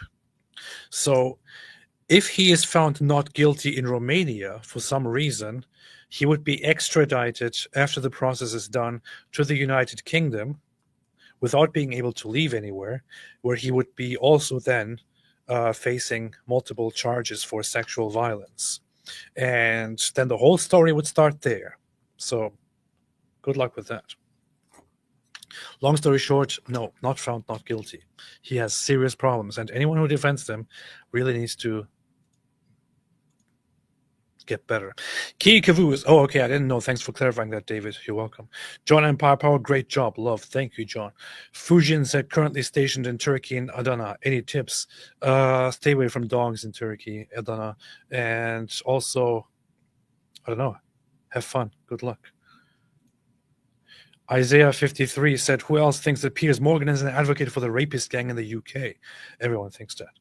Scrooge Jones, Dr. David, tell AP about Ezekiel 38 and how Yahweh saves Israel's from utter destruction via 100% divine intervention. What would be your reaction if both of y'all saw that? Oh, we think that's cool. But Ezekiel 38, Israel is being invaded from the north. I think it's about one of those passages about Gog and so on. And then God gets ticked off and crushes those dudes. Powerful. No, that's a prophecy, but God rescued Israel a bunch of times in the Old Testament. Order destruction. Powerful. Complete utter destruction. Powerful, powerful. AP the Tates can just go to Russia or the Emirates. They can't go anywhere. Again, if the case is somehow dropped for some weird reasons in Romania, they won't have the ability to go anywhere. They will be taken to the UK. Who else thinks that Piers Morgan Lions Zen? I just asked ChatGPT to translate Hadith 3656, you mean Bukhari? And it omits the part where Muhammad gets raped, but if I translate it line by line, it tells me that the Prophet got mounted by 10 dark-skinned men. Powerful. I'll have to look at that. Urinating Broom says... urinating upon one another. That's what they do. If God is sustaining everything and being right now, and God were a trinity, then everything should be 3 times bigger now. Why no big David Wood? Checkmate. That's the sort of arguments you see in Ahmadi stuff. Like they had this one, they said, I had this one book written by one of their guys, and it said, if God were Trinity, then planets would be shaped like triangles and not like spheres.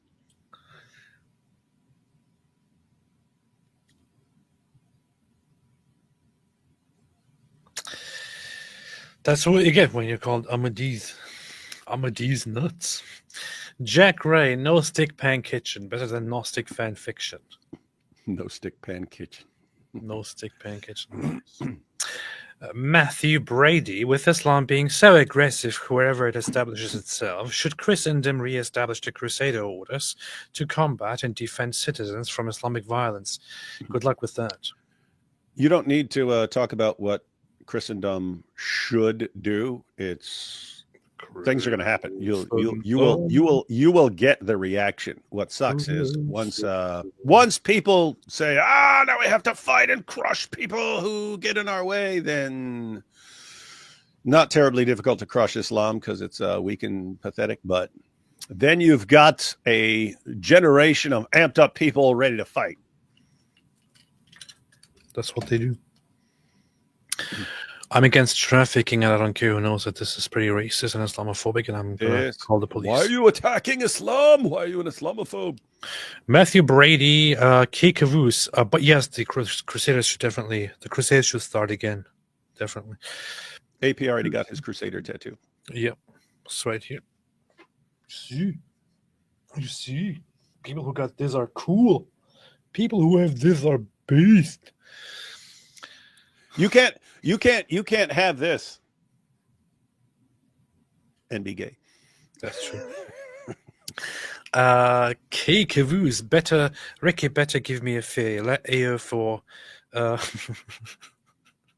hustling hard. Stephen Young, you guys could go to Antarctica and from the 24-hour sun to disprove Mohammed's sun setting in a pond. LOL. Oh, that would be funny. Imagine just going down there and filming the sun for 24 hours. The title: "We tested if the sun does indeed set in a hot spring." If you titled it something like "We went to Antarctica to test whether the Quran is true," then this happened. Hey, that's a good idea. Of course it is. That's a good idea. All right, guys. David and I are going to go to Antarctica to record some videos down there. Let us know if we should do that today or tomorrow. Urinating Broom said Muhammad probably tried marrying some jinn. Probably did. He might have even done it. He found out some of the jinn were only 6-year-olds. They were 6 years old. And the gym. You know what's funny? When I first encountered flat earthers online, but serious ones, there were some of them arguing that I'm not sure if this is still happening nowadays, because I'm not sure if they are still serious, because it would be pretty stupid to be a flat earther in today's time. But they were arguing things like that Antarctica is not real, and that it's actually a giant ice wall, and you can't fly over it, and the governments are controlling it, and they will shoot you down if you try to fly over it, to hide the fact that it's actually a giant ice wall or something like that. It's pretty cool. That's dumb. Amundsen and Scott both got to the South Pole. That's what they tell you, but I know it's a lie. It's like the people saying they went to space. You see? Any tips or advice? And while I'm stationed in Adana, Turkey, I'm planning to get baptized on base or Tarsus if it works out. Oh, you got to go to Tarsus, baby. That's pretty based. I'm not sure what I can tell you as a recommendation, but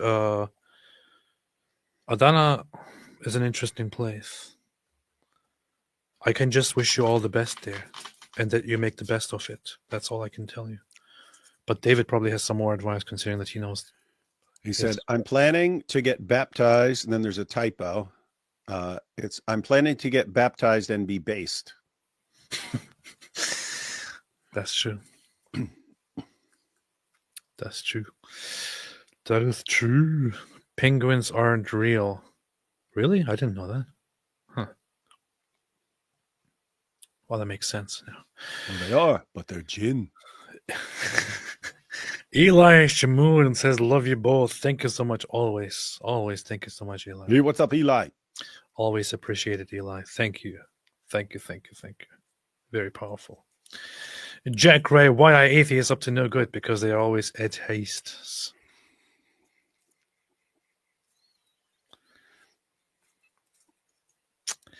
This is the worst joke I've seen in my entire life. Yeah, it's pretty terrible. But I appreciate it. It's really bad. Denino, a pastor from Colorado, took a flat earthers to Antarctica for free to disprove their theories. He posted it on a channel called The Final Experiment. I remember. I didn't watch that, but I remember seeing that pop up. That a guy took a bunch of flat earthers down to Antarctica. That's funny. The Final Experiment.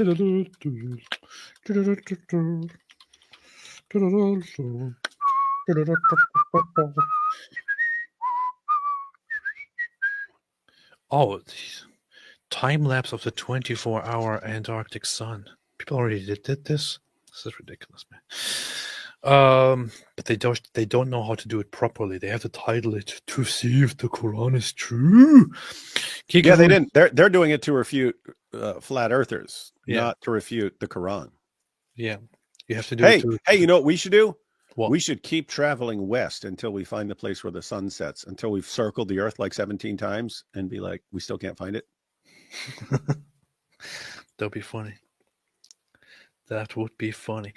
You guys heard of the guy who had a kid named Allahu Akbar. One day he loses him in a mall and decides not a good idea to call out his name to find him. Yeah, I saw that. Jack Ray, what does a jihadi take for an upset stomach? Pip de basmala. Jack Ray's posting all his top jokes. Ben Loki Bryant says, Super Chat won't let me send message about Israel and Allah sending star missiles. That's pretty good. Israel is doing space laser stuff, man. Style and Braille. I think AP isn't becoming a Christian because he doesn't want to change his username. Your name should be Apostle Premier. It should be. Jack Ray, how did the jihadi get his friends' attention the night before their last mission? By yelling, Allah, you at the bar. Definitely not MBS, which is definitely what MBS would say. I believe Trump, the most Zionist president in history, who recognized Golan and Jerusalem with the most Zionist cabinet ever, knows what he's doing. I hope so. That's a possibility. He knows what he's doing. Two, he just wants the reputation of someone who, when he steps into office, everyone drops their guns like, this is not a good time to be playing right now. That's true. Planet Almoni said, release can be okay. Israel can't do in a jail cell what it can do in the field. That's a good point too. Kevin Lionel, what vid do you recommend I show my Sunni friends to prove the Quran is not preserved down to the letter? Preferably something concise, 10 minutes or less. David, what do you say? One of the highlights videos from the Holes in the Narrative interview. Yeah, do that. Sogavav Sense said, Tate and Trump very similar because both Grape got popular from their confidence, charisma, promises to solve widespread problems. David was brutal to Mujab. I wouldn't say that Andrew Tate and Donald Trump are similar. Even if you want to argue that Donald Trump has certain problems. I mean, even if you make the worst case for Donald Trump here, it's still not comparable to Andrew Tate by. It's not even close. Yeah, you could say they're like personality similarities and so on. That they're both narcissists and things like that. But Trump has mainly been a businessman and secondarily a TV host and so on, and then some things going along the sides, like him, banging a porn star and stuff like this, and then hush money.